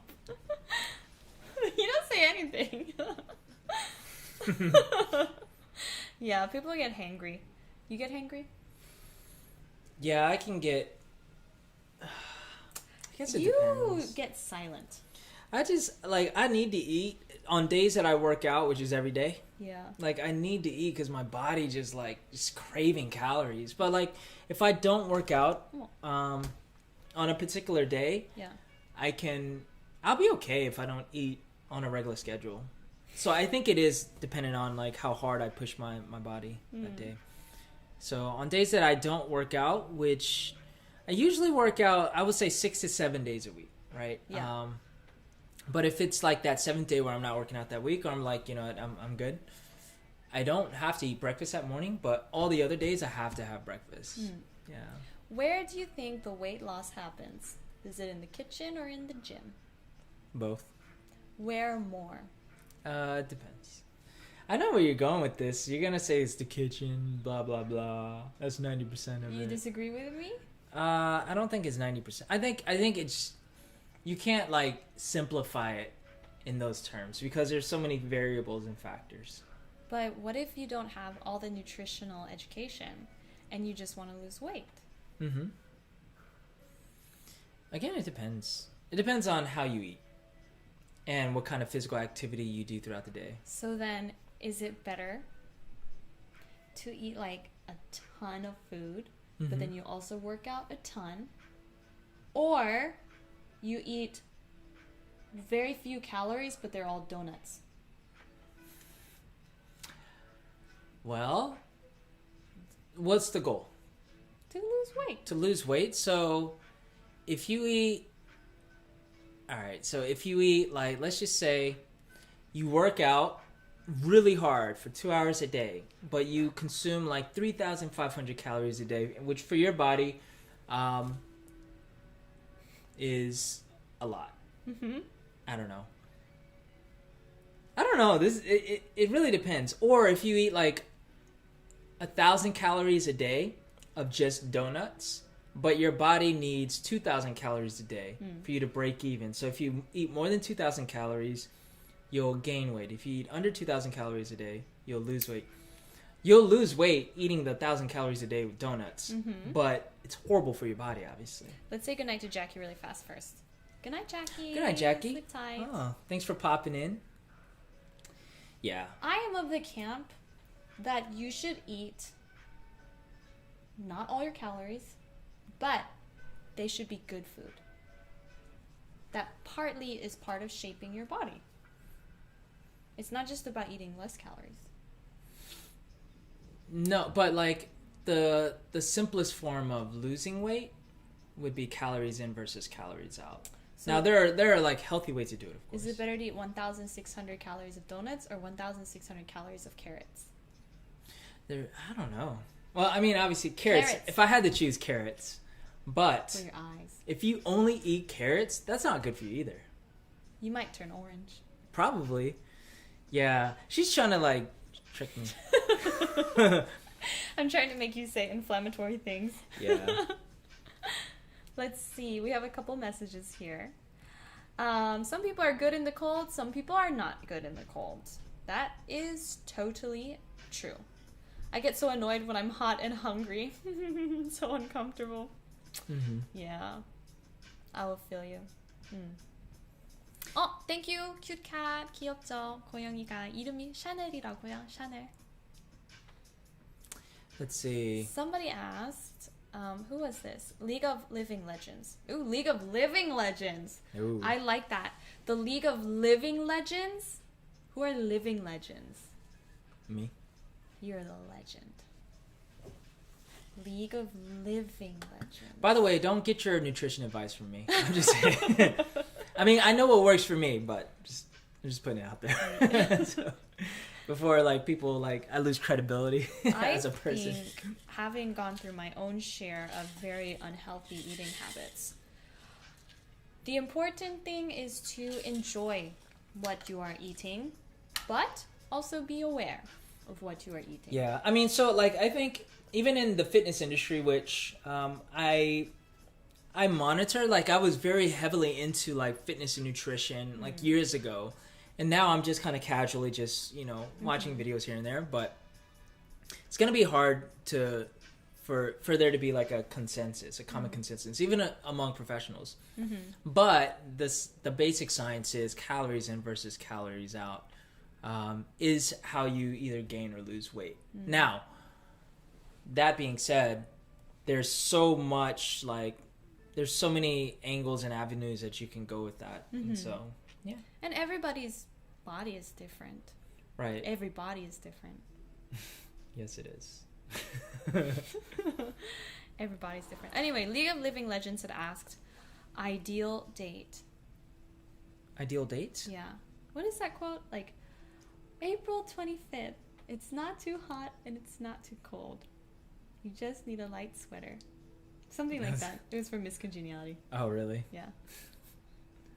Like an ideal date? Ideal date for you? What is your ideal date? Ideally. Like a first date or just a regular date? I don't know. Like, it depends. I don't have a... like, it will involve eating, for sure. Oh, okay. It will involve eating. And it will involve... you know what? I'm gonna say... doing something like active. Like what we did in Jeju was fun. Like just walking. Yeah, like walking the beach. Yeah. Filming or no filming, like but running like away. we like to film together and take pictures. Running away. Just kidding. We didn't run away for anyone. Oh. Yeah, like Yeah, doing something active together that's different, right? Not like just taking a walk in a park that we're familiar with, but doing something different. And then having a nice meal afterwards. So, what if I asked you out on the first date and I flew us to Italy? And we were on the plane, so we'd have lots of time to talk, get to know each other, and then we would go walk around Rome. Then we'd eat the best pizza in Naples. That would be an amazing first date. Wouldn't it? That would be crazy for you to invest that much in a first date. Everything that you wanted in a first date. Yeah, that would be banging, of course. Yeah. Yeah, I think, but yeah, planning a trip, like this is considering you're already like a couple. Planning a trip like that would be perfect. Yeah. That'd be great. Okay, you should ask me. Okay, what is your ideal date? Okay. Oh, gosh. So first, you would mail a box to my house. And in the box, it would just say, wear this. Signed, Cedric. Okay. And it would be like this gorgeous dress. And I would be like, oh gosh, where are we going? And then I would wear it, and we would go, and you'd be like, here, jump in my convertible. We are going to go on a seaside drive. Oh, I like that. And then we would drive along the coast, and we'd be looking at the beautiful sounds. I mean, the beautiful sights. Looking at the beautiful sounds. Beautiful sights. And then we would get to a cafe that's hanging off the cliff, overlooking the sea. Like literally hanging, just dangling. Yes. Okay. And you drink your coffee upside down. And then we would have a nice little brunch. And then the waiter would come up and say, sir, your boat is waiting. And then I would be like, boat? What boat is that? And you would say, here, wear this. And it would be a scuba suit. Okay. And then we'd go on the boat, and we'd go out on the water, and then you would be like, you didn't know this about me, but I'm actually an advanced scuba diver. And I would be like, oh my gosh! And then you'd give me goggles, and they're diamond encrusted, and you'd say, you can have these. And then we would swim around, and there'd be dolphins, and sea turtles, and octopi. And we would look at them. Octopi? Yeah. Not octopuses? No. And then we would swim around, and we would take gorgeous photos and film. By that time, we would come out, and the sun would be setting. And then we'd be sitting on the boat and be looking at the sky. In our scuba suits? We would change first because, you know, it's wet. And then, that's it. That's it? We could have dinner if you'd like. Oh, of course. We got to. Then we have dinner. Okay. Wouldn't that be cool? Now, you could tell she's thought about this before. No, I haven't thought about this. Dang. But I really want us to scuba dive together. Seeing sounds is a talent. Thank you. Ow! And the dolphin brings the ring. Oh, Cam. You have to think about realistic things, okay? Diamond encrusted goggles. Oh, goggles. Yes, Ivy. Cam, see? Realistic things. That would be romantic, though. League of Living Legends. Like, what if the dolphin, like... I'm so sorry. Listen to this. I was curious because my girlfriend and I are moving to Korea soon. We both have Korean like you guys. And I wanted to know what a nice date would be. I'm sorry. This is not a good first, like, nice date idea. Okay, in Korea, some nice dates. There are a lot of great options. Basically, y'all shut up and answer the question. Yeah. Fair enough. So many nice dates. You can go to Lotte Tower. So actually, I think two very good date ideas are our recent videos that we did. So one is Lotte Tower, as Becky mentioned. So Lotte Tower, I'm assuming that you know what it is, but just in case you don't, it's the largest building in all of Korea, fifth largest building in all of the world. And so that's located in the Jamsil area of Seoul. And so the tower itself actually has aquarium. Yeah. Which is nice. And we actually visited that earlier this year. Yeah. The aquarium is nice. Right. So you can do that. And then you can go up to the observatory, which is the 117th through 123rd, 23rd, I think, floor.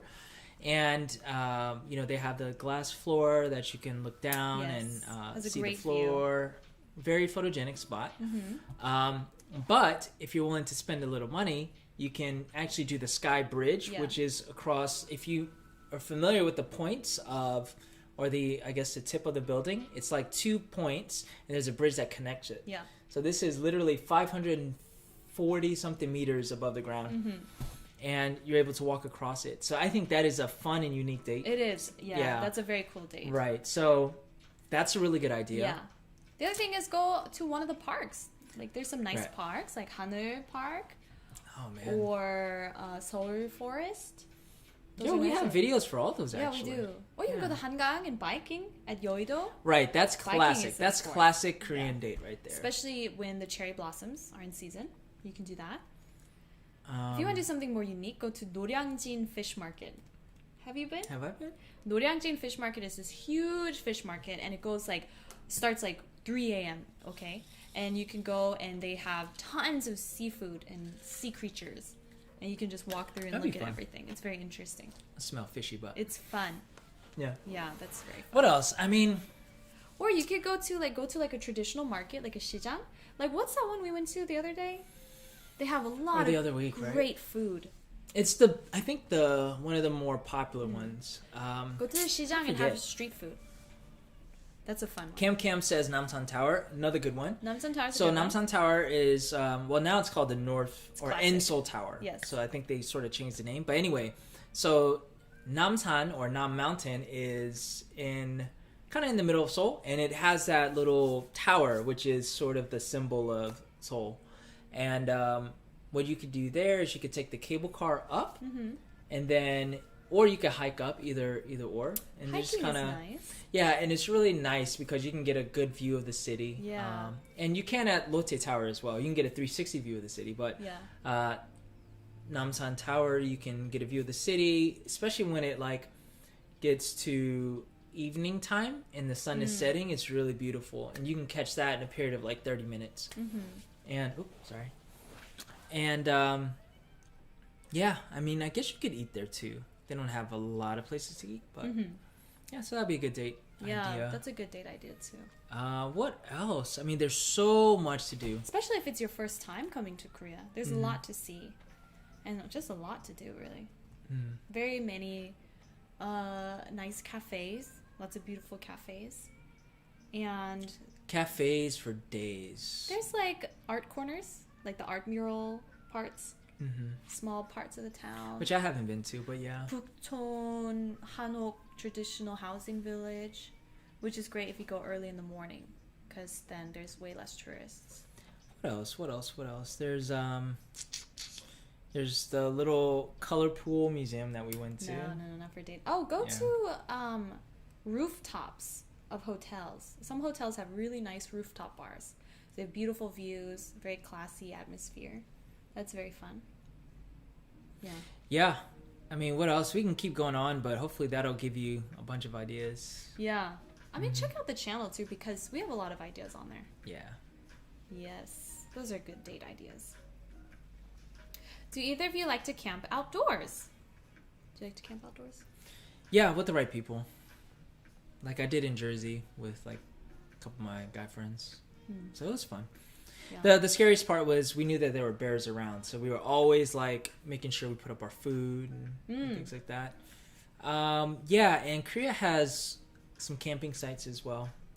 And glamping is sort of a new big thing here in Korea with a lot of people. Yes, glamping. So it's glamorous camping. Glamorous camping. Which I'd be down to do. I know it's not true camping. Because you like glamorous everything. Yeah. Chanel would like it too. Well, Chanel's a luxury cat. Exactly. So she would like glamping. Yeah. So basically it's I guess from my understanding, you can go there and they have little sites set up for you already. It's not you just pitch Pitch your tent. I'm reminded of a video that I saw years ago of a guy making a mistake. Maze Lee joined us. Oh, what's going on? Hi, thanks for joining. Good to see y'all. This is my first time interacting with Maze Lee. Yeah. Well, nice to have you guys here. Yeah, for sure. Yeah. Yeah, so we were just talking about date ideas. Yeah, so I think they have basically everything set up for you. Instead of pitching a tent from scratch, they have little platforms that you can set up, Yeah. and probably electricity and stuff like that.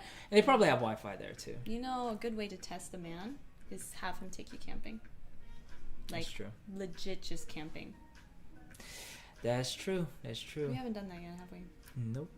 I don't know if that's a Korean thing though. Camping? Saying like, if he takes, you have to him take you camping, and see how he handles it. Yeah. Yeah, I think I will handle it okay. Would What do you? think? I don't know. What if we were attacked by bears? I don't know. I'll have us run, and then I don't know. I'll have you in front of me, and the bear could be behind me. Okay, sure, yeah. Let's see. Seems like a lot of people here know Maisley. That's cool. Yeah. Did you see what Rad's comment? Uh-uh. Nice to see you guys live. Been a while. Thank you for joining us. And we haven't gotten your artwork yet, and I'm really excited. You know he mailed it, right? Mm-hmm. Yeah. It says, by the way, Becky's date sounded like one a James Bond villainess would enjoy. Oh, for sure. Yes. I've always wanted to be a Bond. Do I want to be a Bond girl or a villainess? Villainous. You're right. You're right. You're right. It is one I would enjoy. Oh, okay, wrote them down. Thank you. I wrote them down, nervous to meet my Korean side. By the way, love you guys. It's really cool that you're coming to Korea. So you and your girlfriend are both half Korean, and you guys are planning to come here. Is it your first time in Korea? And you guys have family here. That would be very interesting to see. Yeah. Yeah, tons to do. And also, like, there are things outside of Seoul that you can do as well. So once you get settled in, I mean, you'll never run out of ideas, for sure. There's a lot to do around here. And surprisingly, like, go a little bit out of the city. Try to hit up places that are not as known. There's a lot of cool stuff. And Korea has really great, would you say geography? Like forests and mountains and a rivers, good balance of nature. everything. Yeah, in such a small So if country. you guys like nature. Yeah, so lots of mountains. Even, I mean, there are small mountains, like Namsan is in the city, but there are mountains outside of the city, which is really good. Oh, Cam, you being silly. Ivy says, I now want diamond encrusted goggles. I must have them. I must. I can see her wearing her satin gloves as she says this. I must have them. Yeah, you and me, Ivy. And then Cam says, I'm sure a dolphin can arrange that for you. I don't know. Can dolphins be trusted, though? What? You don't trust them? No, I trust them, but to do something like that. To give you diamond encrusted goggles? Yeah. What's a What if dolphin they gonna do with those goggles? Run away with it or something. Dolphins can't run. Swim away with it. Yeah. Yeah, Ivy, you should ask him. I'm sure he will really appreciate the suggestion. Yeah. Since coming back from Jeju, I feel like there's just so much I want to do. You have to snap out of the monotony. Yeah, like for Once in a me, while. it got so monotonous, and like I enjoy what I do, but like I get in such a zone of just like doing not the same things. Like it is the same things, but like I work on different projects and different videos, but it's just always like I work out and then I'm like editing or doing client work or doing our own stuff. You're always working. And I'm always like, okay, I'll do something or go somewhere like next month or something like that. And I'm always pushing it off because there's always stuff coming in or stuff to do. So I got to a point where I was like nearing a burnout. I could sense it. Yeah, I would say so. So yeah, the Jeju trip was good. And I'm just like, you know what? Like my life is short. I just want to experience like just different things as much as possible. Which is why we asked you for like different ideas in terms of like places to go in Korea. Any ideas you guys have? And I think we mentioned it in a previous live stream. Like even letting us know where you are so that we can come visit. Just to give us ideas. You know, because what you look up online is very different than how people who actually live in those places view their own country or their own city or town. And that's how I know for myself I would love to experience places. Yeah. Not as a tourist, but just how somebody who lives there and knows the place, how do they see it? That to me is interesting. Yeah. Can't wait to travel. That would be nice. Yeah. Let me see. I saw a comment. Let's see. Sono says, I'd like to visit Korea, but I don't think I'd ever live there. I'm not half Korean, and it's a bit hard for non-Koreans to come live there. A lot of people would probably say otherwise in terms of like foreigners, because we're half Koreans, and so yeah, we do have some sort of, I don't want to say advantage, but we do have a familiarity with Korean culture. So there aren't a lot of things that surprise us, but even like a lot of foreigners can come here and adjust and actually enjoy their time here. Yeah. We know a lot of people who have lived in Korea for like 10 years and they're foreigners. And some of them, they haven't even gotten the language down, which to me after 10 years, it's like, man, that's a long time to not really be fluent. But that goes to show that you can survive. And be comfortable. Right, in Korea. So I'm not slamming them, because like language learning it's hard. It is a challenge, right? But so I think living here depends on what you do. It depends on where you live as well. So living in Seoul is usually much better for a lot of foreigners or other bigger cities. If you want to have like a network of friends who are also foreigners or who speak your language, you could probably find that as well. So people can like live here comfortably and enjoy their time here.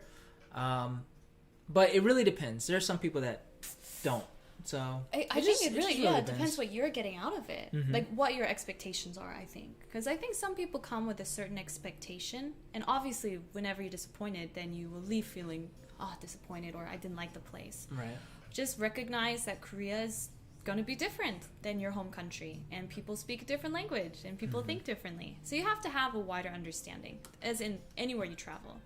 But I will say that Korea, though in some ways, is still very resistant to changing mindsets or accepting other people, on the other hand, is still very open and welcoming to people from other countries. Right. I would say so. Yeah. And again, our experience being mixed, too, is different than somebody who's totally unrelated to Korea in any way. Yeah. I don't think you'd have any trouble. Right. And you'd enjoy it too. Yeah, I love when people come visit Korea and have a good experience. I really, really love that. Yeah. I think most people do have a positive experience at Korea living here. I mean, you're gonna hear stories of people who might have like negative experiences, and that's gonna happen anywhere. But for the most part, people do enjoy living here. Ungyi is saying, would someone like me be able to make a decent living? Full Korean, born in America. Have only visited there once when I was 7. The big question, I worry about discrimination and resentment. I heard that Koreans don't like people like me, foreign-born Koreans. Obviously, we can't speak for everyone in Korea. And everyone has a different perspective, especially on Kyopo or like second gen.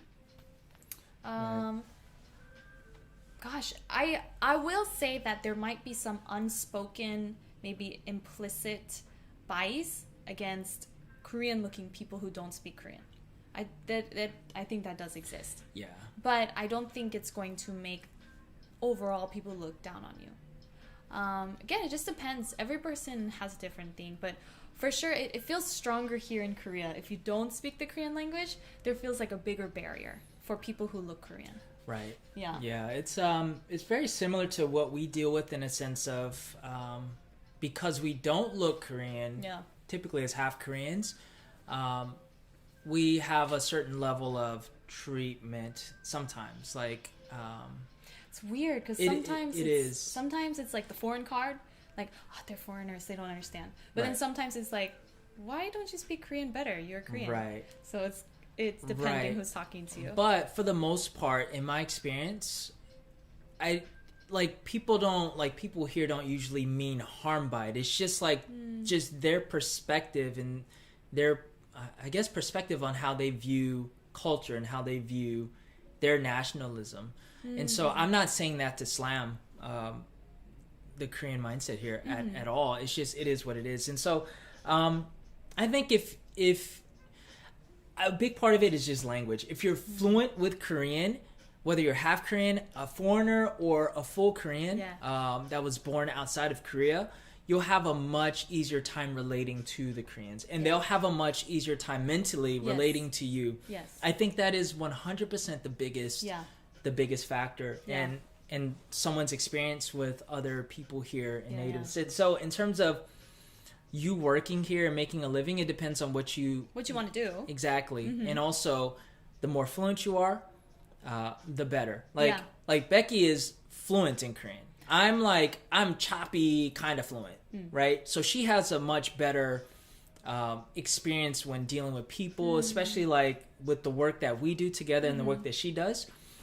She's able to like just get work and just like handle business like any Korean would. So, well, not quite. well, you know, working on there. Yeah, so she's not like native level, but she's advanced enough to where no issues dealing with like business work stuff. So anyways, I think that's just the biggest thing. I wouldn't worry too much about how you're going to be received. You are going to have those situations, but if you can look past that and try to have empathy on why do they see me that way, then I think it helps you to deal with, I guess, those feelings. Because like for me, I already know how a lot of Koreans view half Koreans, and so nothing really catches me off guard when it comes to like maybe the things they say, even though sometimes it could be annoying. Sure. But it's like I understand that, so I'm like, okay. And cool. if you're always looking for discrimination, you're gonna find discrimination. Oh yeah. So just having that general baseline, like, okay, well, this is how historically, this maybe culturally, this is what people could think. Maybe I need to brush up on my Korean. Maybe I wouldn't understand the culture well. If you have that baseline and you just view each individual person as an individual person, that I think overall will make your experience better. Yeah. And you guys will view each other Agreed. differently than if you already come with the mindset with Koreans discriminate because I'm Kyopo. Yeah. Yeah. Agreed. Yeah. Yeah. So Maisley says we wanted to travel to Korea soon, but there is a 14-day quarantine currently for vacation folk. Yeah, I'm assuming it's Elena speaking. Could be Joe there too, but Yes, we're that quarantine. Yeah, that's the thing. Like we want to visit the States, and we would like obviously self quarantine in the States. But then we realized when we come back to Korea, because we left Korea, we got to quarantine for 14 days as well. So travel alone would be 1 month. 1 month. Yeah, so I feel you on that. But yeah, like Becky and I, we talk about you guys all the time. Like we would love for you guys to come. Your kids are so cute. Oh my gosh, your family's Yeah, adorable. so like I even mentioned to Joe, I think like months ago, like on his story or whatever, for him to come through, and he's like, whenever we get there, we should link up. Yeah, if you guys came to Korea, that would be awesome. It would be really nice to meet you guys, and hopefully that quarantine lifts up soon. Dang, we're keeping our eyes open because we also want to visit the States, but that's literally, well, not the only thing, but that's one of the big things stopping us. Yeah, yeah, but man, it'd be fun. It'd be fun if you guys come through. Man, yeah, this quarantine stuff, man. The hardest thing is the visa, though. I'm more worried about that than anything else. So no.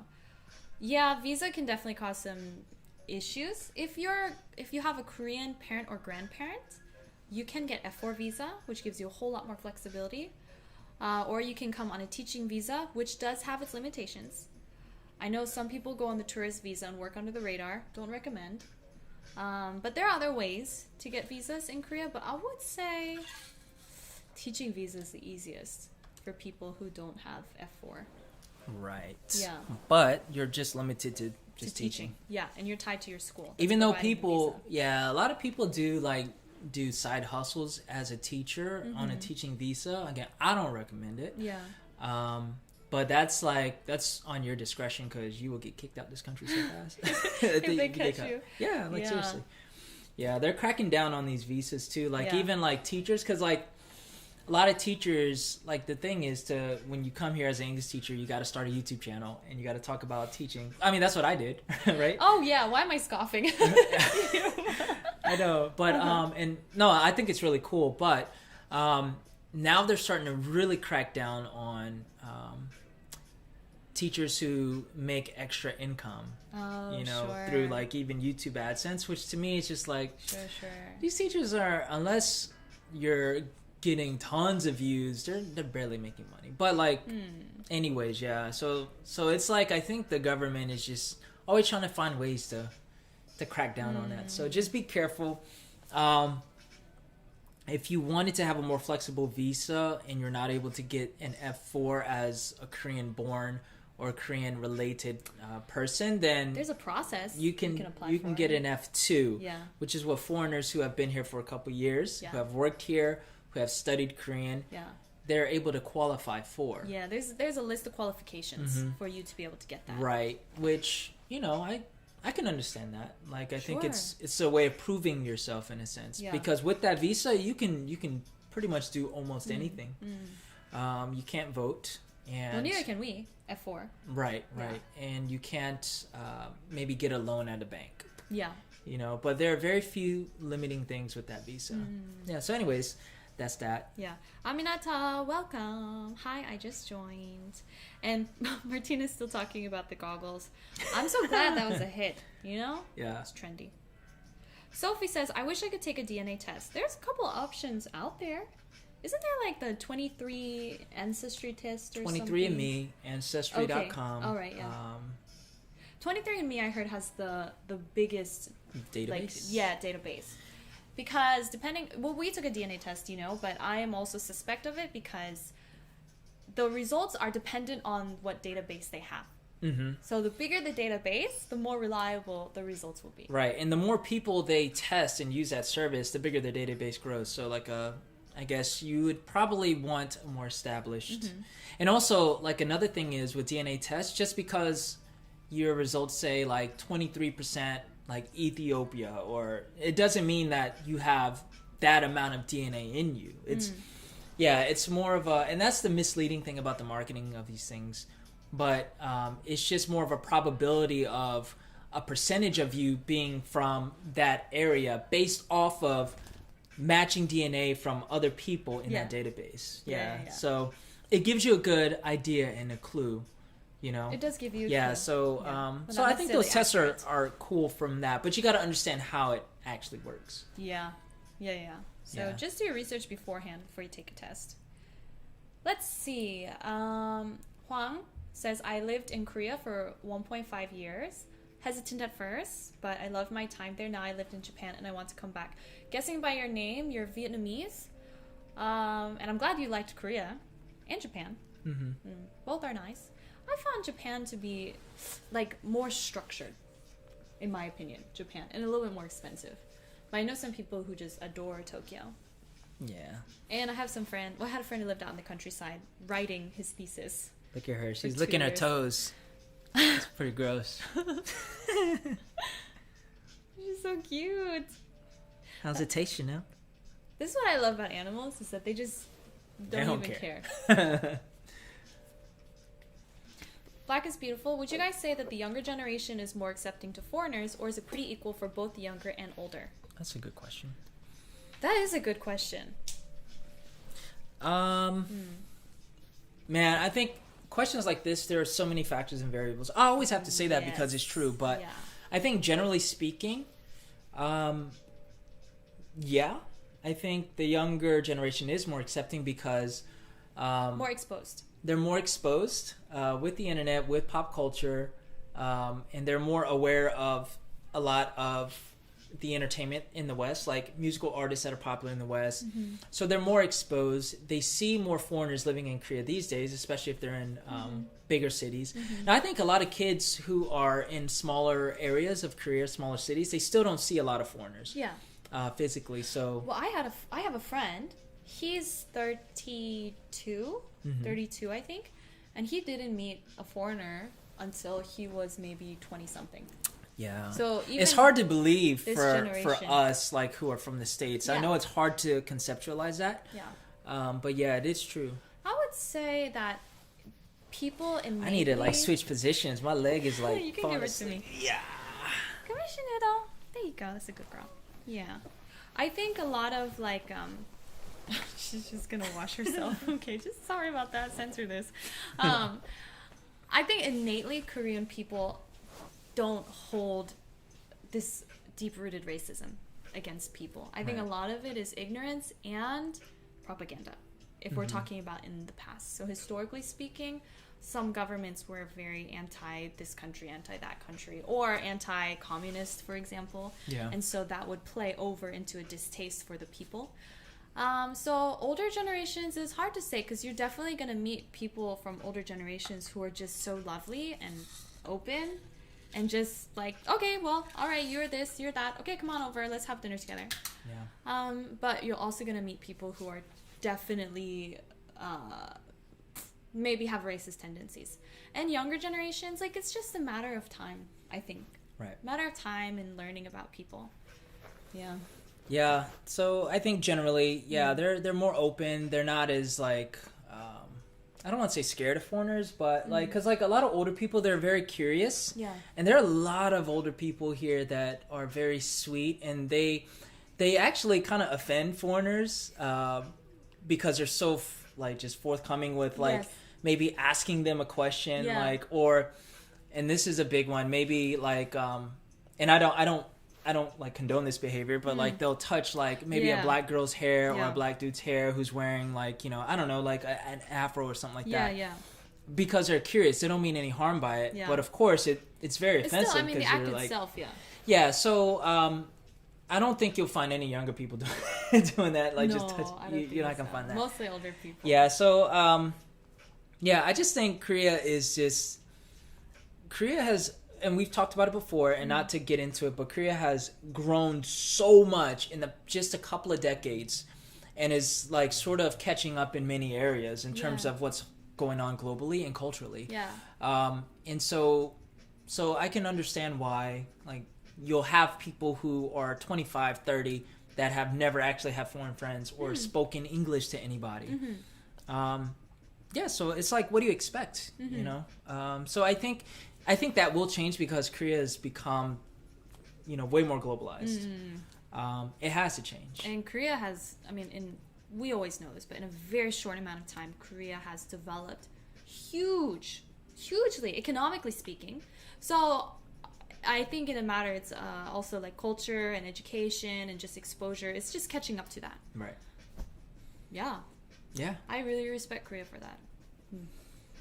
Yeah. And so Maisley says, we're both here watching, but I'm typing Lena. So what's up, Joe? Man, it's been a while since we connected, man. So, but anyways, yeah, she says, cool. So when we come to Korea, we will stay with you. Okay. For sure. All anytime. Right. Meet Chanel. Anytime. You meet Chanel. Martina says, the mask wearing during the pandemic is messing with my skin. My cheeks have broken out. I wash my cloth ones regularly and throw away the disposable ones after use. Skin issues with wearing masks. Martina, yes. So I also had huge breakouts along the chins here, and I went to the dermatologist actually this week, and I asked him like, what can I do? And he says, nothing with your skin condition. It's just the masks. And this seems to be like something we just have to deal with. The most important thing is just maintain very good cleaning routine for cleaning your skin, because that's going to help. Because with the masks, it's inevitable. There's nothing we can do about that. And it seems that you're trying to keep them as clean as possible. But, yeah, it's kind of like the inevitable truth. So you just really have to keep your skin very, very clean when you do your cleansing routines. And, yeah, moisturize a lot, even though it can be very annoying with the mask. We're going to talk more about skincare, though, to come up. Oh, yeah, in definitely. The future, in the near future. Yeah, super excited. Because, I mean, we're gonna like introduce a little bit more about like the Korean skincare beauty aspect, especially now that Becky's here. But it's good for me to learn and experience too, and I think a lot of you guys would find interest in that, guys and girls. Yeah. And yeah, she made mention of I guess her skincare doctor, but you might be hearing from him in the near future as well. So I love these questions, especially about skincare, because I keep them in mind, and I also have my own blog. Somebody, was it Mike? A guy who found us the other day, he ran into us when we were hanging out with some friends. Oh, yeah. I believe his name was Mike. Mike, if you're in the live stream, it was so good to meet you. But he recognized me from my blog, of all places. So I do have a blog, and I address beauty things like this. So actually, with the mask and how to take care of your skin, that's actually a really great topic I could write about. So Martina, thank you for asking that. And for anyone else who has like skincare questions, we can address them in the future for sure. Yeah. Let's see. Wow, this is so interesting. So many people here. Oh, Conrad. I really look up to you, bro. I think you're really cool, and what you're doing is setting a lot of trends for the future. Oh man, appreciate that. Yeah. Janet, I have sensitive skin. I have experienced some problems as well. Yeah, we can talk about this as well. I think instead of just doing too many videos on your channel, not to turn it into a beauty channel, if you have those beauty questions, you can direct them to me. Either we can make a video if it's pertinent to a lot of people, or if they're more specified, ask me and I'll write a blog post. I'll do all the research. I'll ask those people that I know who are working in the beauty industry and see if I can get answers for you guys. Yeah, she's so well connected to like people in the skincare industry. That's because I had really bad skin. I had huge troubles, high school and university, so I had to learn. Let's see. Oh, it's so great to have people here. Good morning, Chanel. Reposition. Love is Elastic Creations. Have a good night. Good night from Michigan. Thank you for joining. All right. Vita says Becky's skincare Q&A. You know, I would love to do that at some point. Only if you'd let me. I'd let her. Would you? Of course. Like if anyone, like if you wanted to just do a live stream where it's just skincare Q&A, I'm more than happy to do that. And we might invite guests. Can I be a part of the live stream? Answer questions? Yeah. Yeah, you can answer questions. I'll ask all the questions actually. But you my skincare game has like increased since I your moved skin here. is good. Yeah, I went from like a 0 step to like maybe 3 step. That's a 300% increase. Yeah. I went from washing my face with hand soap and putting body lotion on my face to doing a toner and then moisturizer. Yeah. And then that's about it. Wow. Yeah, you do a lot of stuff now. It's good, it's good, it's good, it's good. Yeah. Much more we can do, much more we can do. I know. You join that live stream. I'm going to have a live stream, you know? Okay. You can ask questions. Let's see. Ricardo. YouTube's cutest couple. Salute, guys. Oh, Salute. thank you. Salute. I don't know where to buy Korean cosmetics here in the States. Yeah, Ivy, it's a good question. Honestly, places like Face Shop and Nature Republic and Innisfree that do have like pop-up here and there in the States, they're so expensive. I just think that the fees are a bit exorbitant. Look online. Well, I mean, it depends. When I was in Jersey, like we had like Face Shop and I guess I'm thinking like Colorado. Nature. Probably, yeah. Yeah. I mean, but I lived in like Koreatown, you know what we could do is in the future as well, we can curate maybe recommended places for people in the West and different places to purchase. I guess like Korean beauty stuff because like my mom, she's in North Carolina, so there's not a lot of like Korean places there, but she does get her skincare from Korean stores, like Korean supermarkets, or they're like little stores or pop-up stores around those Korean markets. And so she'll get it from there or on base. So I think most of you guys probably don't live near a base, but she also has a military base where they have Korean products. So I guess it depends where you live. Yeah, so we could probably in the future you'll be surprised let you guys know where you can get your stuff. What Korean brands you can find online that are not expensive, but they just don't have the same level of marketing. So the brand might be really good, but the problem is people don't know about it because they're not investing all this money in marketing, therefore the prices are lower. Like Face Shop, Innisfree, Nature Republic, everyone knows because they put so much money into marketing. But the product quality might be here, but it's this expensive because the marketing costs this. So find the products that are this good, but they cost this much because they're not marketing. Right. But the problem is finding them. Yeah. Yeah. I can help you out there. Let's see. We have a lot of good questions here. How tall is Cedric? Because he looks really tall on his Instagram. What you don't realize is we carry around this little platform box. It's like a foot high, and he just stands on it in every photo just so that he looks tall. Right. Yeah, and then he wears extra long jeans to hide that. So the shoes are all fake. Yeah, my jeans are usually kind of tight, so it does like add to the. How tall are you? I am 6, pretty much 6 even. Yeah, 183 centimeters. Yeah. Because they go by centimeters here. Yes. Yeah, do a male skincare version too. We could do that. Oh, she's grooming me now. That's a sign your cat loves you. when they groom you? Yeah. Hey. Maisley, this is Joe. What talent do you not have that you wish you could have? Ooh, that's a good question. What talent do you not have? You're very talented. No, I wouldn't say I'm very talented. Like, I have a couple of, like, skill sets or talent sets or whatever, but, okay, so 2 things come to mind. Okay. One talent, now this is more of a physical talent. I wish I could actually dance. Like a legit dancer. Oh. And Joe, I think you dance too, right? I wish I could dance too. Yeah, I wish I could dance. Like, I have rhythm and I can move. But you have with music moves. Right. No, 1, 2, 3, 4, 5. This is your moves. Oh yeah, I do the same things all the time. But like, I wish I could like do choreographed stuff or like, you know, just freestyle stuff. Yeah. Because I just think it's, I don't know, if you're at a group of people and just like, you know, it's just you want to liven the party, you just start dancing. Or something. And if you're a good dancer, I feel like it just gives you more confidence because like how you carry yourself and because like a lot of dancers they just have this swag, like, and it's not like an overt swag. It's just like, man, they, you know, when you have that talent, it's just in like your body. Yeah. So that's one thing that I've always wished I had. And another thing. Was it hip hop, ballet, tap? More hip hop. Street. I guess you're doing ballet. Nah. And another talent that I wish I had was the ability to be like witty funny. Because I'm so not witty, and I wish I could just like in conversation. You're funny.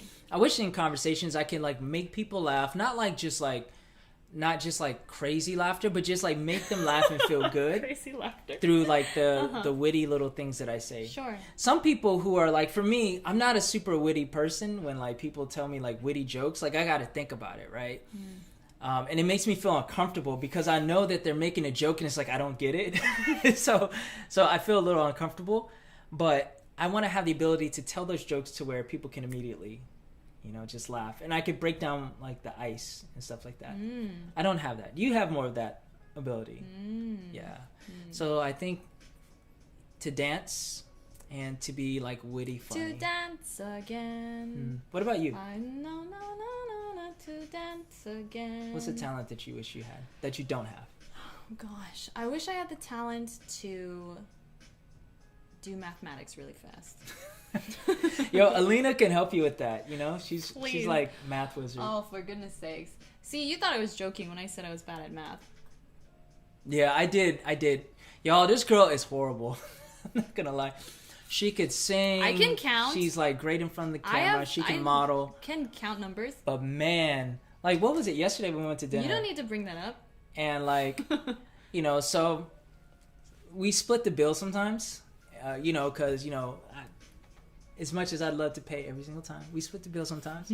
And so like the cost was like 36,000 won. Please don't say this. This is so embarrassing. And I was just random. I was like, so what's half of that? You showed me Alina's whole budgeting video. You can't say that this. She was like 15. It was like 15,000. Because she thought 36 divided by. It's just bad. So she needs a little help from me. Hey. Okay, so anyways, mathematics. Yeah. What other talent I wish I had? It would be something, if it was something really random, you know? Like, I could do perfect synchronized diving. It's like a great talent to have. It's really, you know, up there, but no one knows about it. Okay. You can hire me for like... That's cool. You can hire me for birthday parties. You know, I'll dive in your pool. Right, because there's a market for that. For sure. There would be if I had that talent. You know, people would be clamoring to hire me. So, oh, get Becky for the birthday party. We must see that. You do like those like things that most people aren't interested in. Like you what? do have an interest. Like what? I don't know. Like your music choices. You just like movies that most people probably have never heard of. Like what? I don't know. Like old school stuff. Just because you haven't seen Lord of the Rings doesn't mean other people haven't. Yeah. Anyways. What a contentious question. Let's see. Martina, 3 to 5 steps is all I want to do in a skincare routine. It's possible if you know the right things. Black is beautiful. I heard witch hazel is bad for your skin. Is that true? Because I love using it on my face. Everybody's skin is different, so witch hazel does work for some people and it doesn't work for others because it can be very drying if you're using it in its pure form. But used properly, it has anti-inflammatory properties. So it can be really good, not as a straight toner, but if you have some products with witch hazel in it, it can help get rid of, let's say, reduce inflammation, or if you have a type where, some people, they say you have like fever in your cheeks. You notice this for people who get really flushed or like darker when they're running, like because their face gets all flushed with blood. That's me. My face gets very flushed because there's fever in my cheeks. Witch hazel is anti-inflammatory, so it can help for skincare like that. But just because you hear from people it's not good for your skin, but it suits you really well, then you should trust yourself. Why are you laughing? I don't know. I'm just reading through the comments. Oh, okay. Do you guys have pressure to have a robust skincare routine in Korea? No. No pressure. No pressure. It's fun. I think when you really learn about it and you appreciate, you want to love your skin, then it's like, why would I deprive my skin of this? Mm-hmm. You know? Because if you put pressure on yourself, then of course nothing's fun. Yeah. Let's see. Janet Day. I really like those Korean beauty stores. They are nice. You know, you could try COSRX. COSRX is the one I'm really into these days. COSRX. And you can actually buy them on Amazon as well. Mm-hmm. And COSRX has lots of really good lines. Cedric is 4'11". How did you know, Bob? Bob. The two-step swag. It's funny. Hello. Let's say Park Sung-hyuk. My cat's name is Chanel. Chanel. Mm-hmm. Cedric, have you ever been to Europe? Have you? No. I lived in Europe, in Portugal, for 2 years. My dad was stationed there when I was 3 and 4 years old, and that's it. I've never been back. You've been to France? Oh yeah, I went to France last year. Yeah. In December. It was a work trip. Yeah. Yeah. Cam says 2 steps, add some shoulder moves. Yeah, you can fool anyone. Okay. That articulate swag. That articulate swag? Yeah. What do you want? Hmm? Yeah, I guess people have said that the way I speak is articulate. It is articulate. Yeah. You are a very I don't good feel speaker. I don't feel like that. You are, though. Really? You know, when we did our first interview for Halfie Project, that's what struck me. Oh, for real? Yeah, well, we were talking, Now, and I was I was quite nervous to do the interview because it was our first one, and we had the camera crews there. And then I asked you the question. I can't remember my first question. And you're looking at me with that face. And then you're like, well, yes. And you were talking, and I was like, great, yes, good. And inside my mind, I was like, just let him talk. Like, I don't even have to lead this conversation because you're quite articulate. It's good to know. Yes. Black is beautiful. It's okay. I'm trash at math, too. Oh, so bad at math. Seriously. As a mathematician, if you can count, you can do all types of advanced math. All math is only counting and grouping. Think about that. I do look at, like, a lot of the simple math that I do is grouping. Yeah. I tend to do that in my head. I know you have to break it down, you know? Mm-hmm. But it's like you could say dancing is just moving one part of your body and then putting it all together and suddenly you're dancing. Doesn't make you a good dancer, though. Right? I think it's a little different, but I get it. I get it. I get it. Conceptually, I get it. You know, I tried to take an online math class a couple of years ago because I just wanted to improve my math. And I failed my online math class, and it was free. Dang. It's not even that advanced. That's so bad, man. There's nothing wrong with that. I think it's just the way your brain works. Yeah. Your brain is like this girl, if you couldn't tell, she's amazing with words and putting words together on paper and as she speaks. But her brain just works that way, whereas my brain doesn't. Like, I feel like I have to make more effort to speak and to sound articulate. Whereas you, it's just like natural. I have to stop myself. Yeah. Otherwise, it'll just run off. The thing about math is that I never thought I was bad at math growing up because I would always get an answer. It was just wrong. And I would even write out everything, how I did it, you know. It was just how I thought the numbers worked. And every time it was just wrong. My teacher's like, I like the effort. This is a very creative way to solve things. But when it comes to math, there's one answer and you have to get that one answer. So why is there only one answer? This is another answer that I got. but it's just, you know, it's one road only. That's funny. So it is really was the bane of my existence all through school. Math. I took stats 3 times. Dang. Yeah. Stats is... But stats is not really math like algebraic. Right. Stats is pretty fun, honestly. Yeah, and I think it's very practical too for like it is. people to understand how, I don't know, research works or how to interpret data. There's a TED Talk that's about statistics. Teach statistics, not calculus. We are all caught up with the classical mathematics like calculus and people being like, oh, you took calc, you took trig, you must be smart. But having calculus in the real world is not really beneficial. But he argues statistics is why we're having economic problems in the US, for example. If people had a better understanding of statistics, we would have a better understanding of economics. So he says we should focus on stats rather than calculus or the classic maths. I agree. Don't embarrass your girl like that. It's okay. He embarrasses me all the time. Let's see. Ivy couldn't finish Lord of the Rings. Oh, Ivy, it was so beautiful and wonderful. I'm not going to tell you anything. Let's see. Both of our parents are in the USA. Yes. Yeah. I mean, I'm not going to give you their address. But... Catherine from Botswana. Hi, welcome. You know, one of our interviews on Halfie Project, she was born in Botswana, raised in SA, and then she married an American guy, but she's ethnically Korean. Very interesting. Botswana seems really lovely. Hey, Davina. Hey. Oh gosh, I didn't know people were so into Lord of the Rings. Lots of Lord of the Rings. You look so Indonesian. You? Maybe you? I'm assuming. Yeah, I get that sometimes. Yeah. Lady in Black Shades says hi. Talking about math. Indonesian for you. I don't see it. Yeah, it's because people can never like pin it down. They never could. No one could ever guess what I am. Yeah, unless you're Black and Korean. A lot of Black and Koreans, we could like you can tell. We could pick each other like from a group, but yeah, and specifically me because I have features from both sides, but like when you put it together, you can't necessarily tell. Well, a lot of people can't. So. Well, when I first saw you, obviously people know this. I first saw you and all I saw was Korean. Yeah, which is so weird because now I look at you, I don't know what I see. I see Cedric. But at that time, it's like, I see one half Korean. Yeah. And then it was only like a little bit later, I was like, oh, he's also half Black. It was just so all over your face. Yeah. So interesting. Yeah. Yeah. But I get so many different like guesses. So.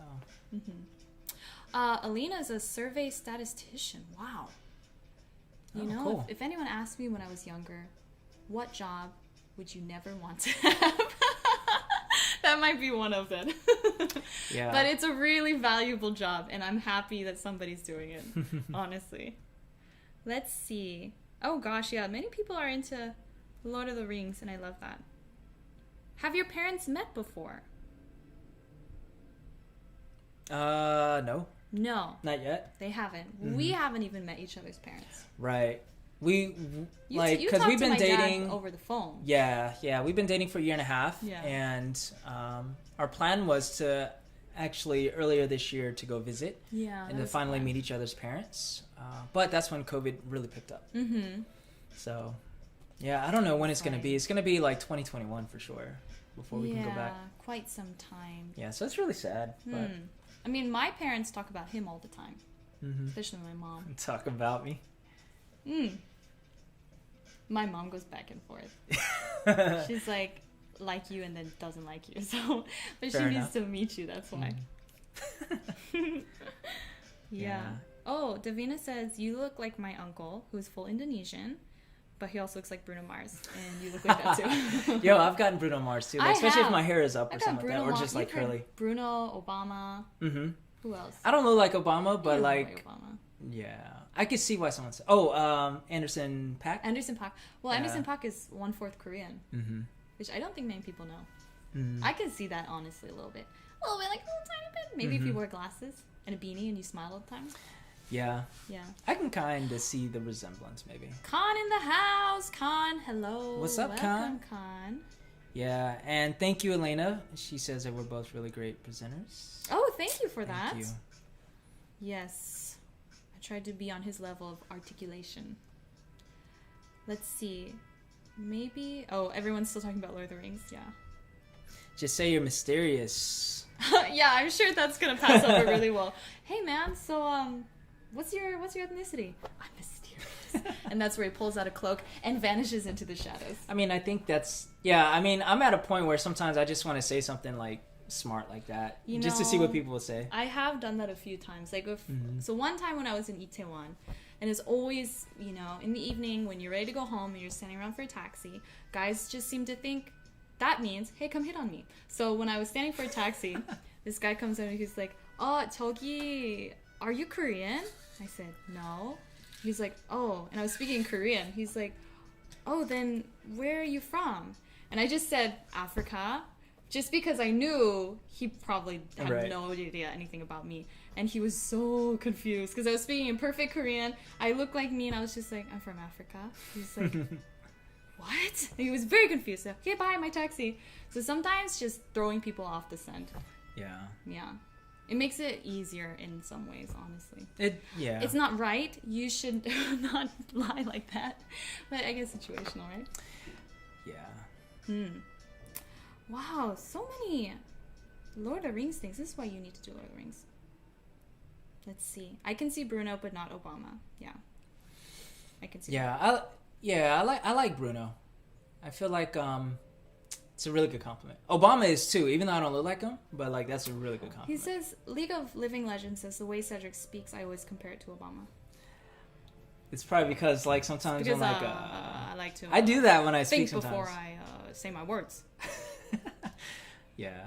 Obama does it like crazy a lot, but like sometimes I do that. Yeah, sometimes you do. Yeah. Yeah. Very presidential. Let's see. Oh, okay. Bye, Davina. Thank you so much for joining us. Yes. Have a good day. Catch you on the next one. Have a good evening. Khan just got here. What I'm seeing. Khan, maybe you're talking about Chanel. It's her cat. Meet Chanel. She's sleeping. Thank goodness. Yes, Khan. That's a cat. Gosh. Anderson Paak. I love Anderson Paak. I don't know if he goes by Paak. Does he go by Paak? Anderson Paak? I have no idea. Because Paak, he got that from his mom's half Korean. So I think he took it from her maiden last name. That's cool. Anderson Paak. Yeah. I think that's very cool. I always thought it was interesting because I thought his name was very interesting and I was like, Anderson Paak. So that's when I looked him up. I was like, quarter Korean. Maybe that's why we had the vibes going on. Oh, all right. Well, we've been on here for 2.5 hours. Wow. 2 hours and 45 minutes. I'm surprised my battery didn't shut off. It's probably going to shut off. It's probably going to shut off pretty soon. Yeah. We should probably wrap it up before then. But if you guys ever, we mentioned this earlier in the chat, locations to visit in Korea or otherwise, skincare questions that you might have, you can direct them to me. And if they're appropriate for the channel, we can address it here at some point. And holiday live streams. Yeah. Keep your eyes open. For sure. But yeah, I think it's been really fun. I think we'll go ahead and just wrap it up here. And I don't know if we have anything else to. Yeah, just be on the lookout. We have I'm in the edits of our next video, which will be live in the next few days. Yeah. And just to remind some of you guys, we're going to head towards.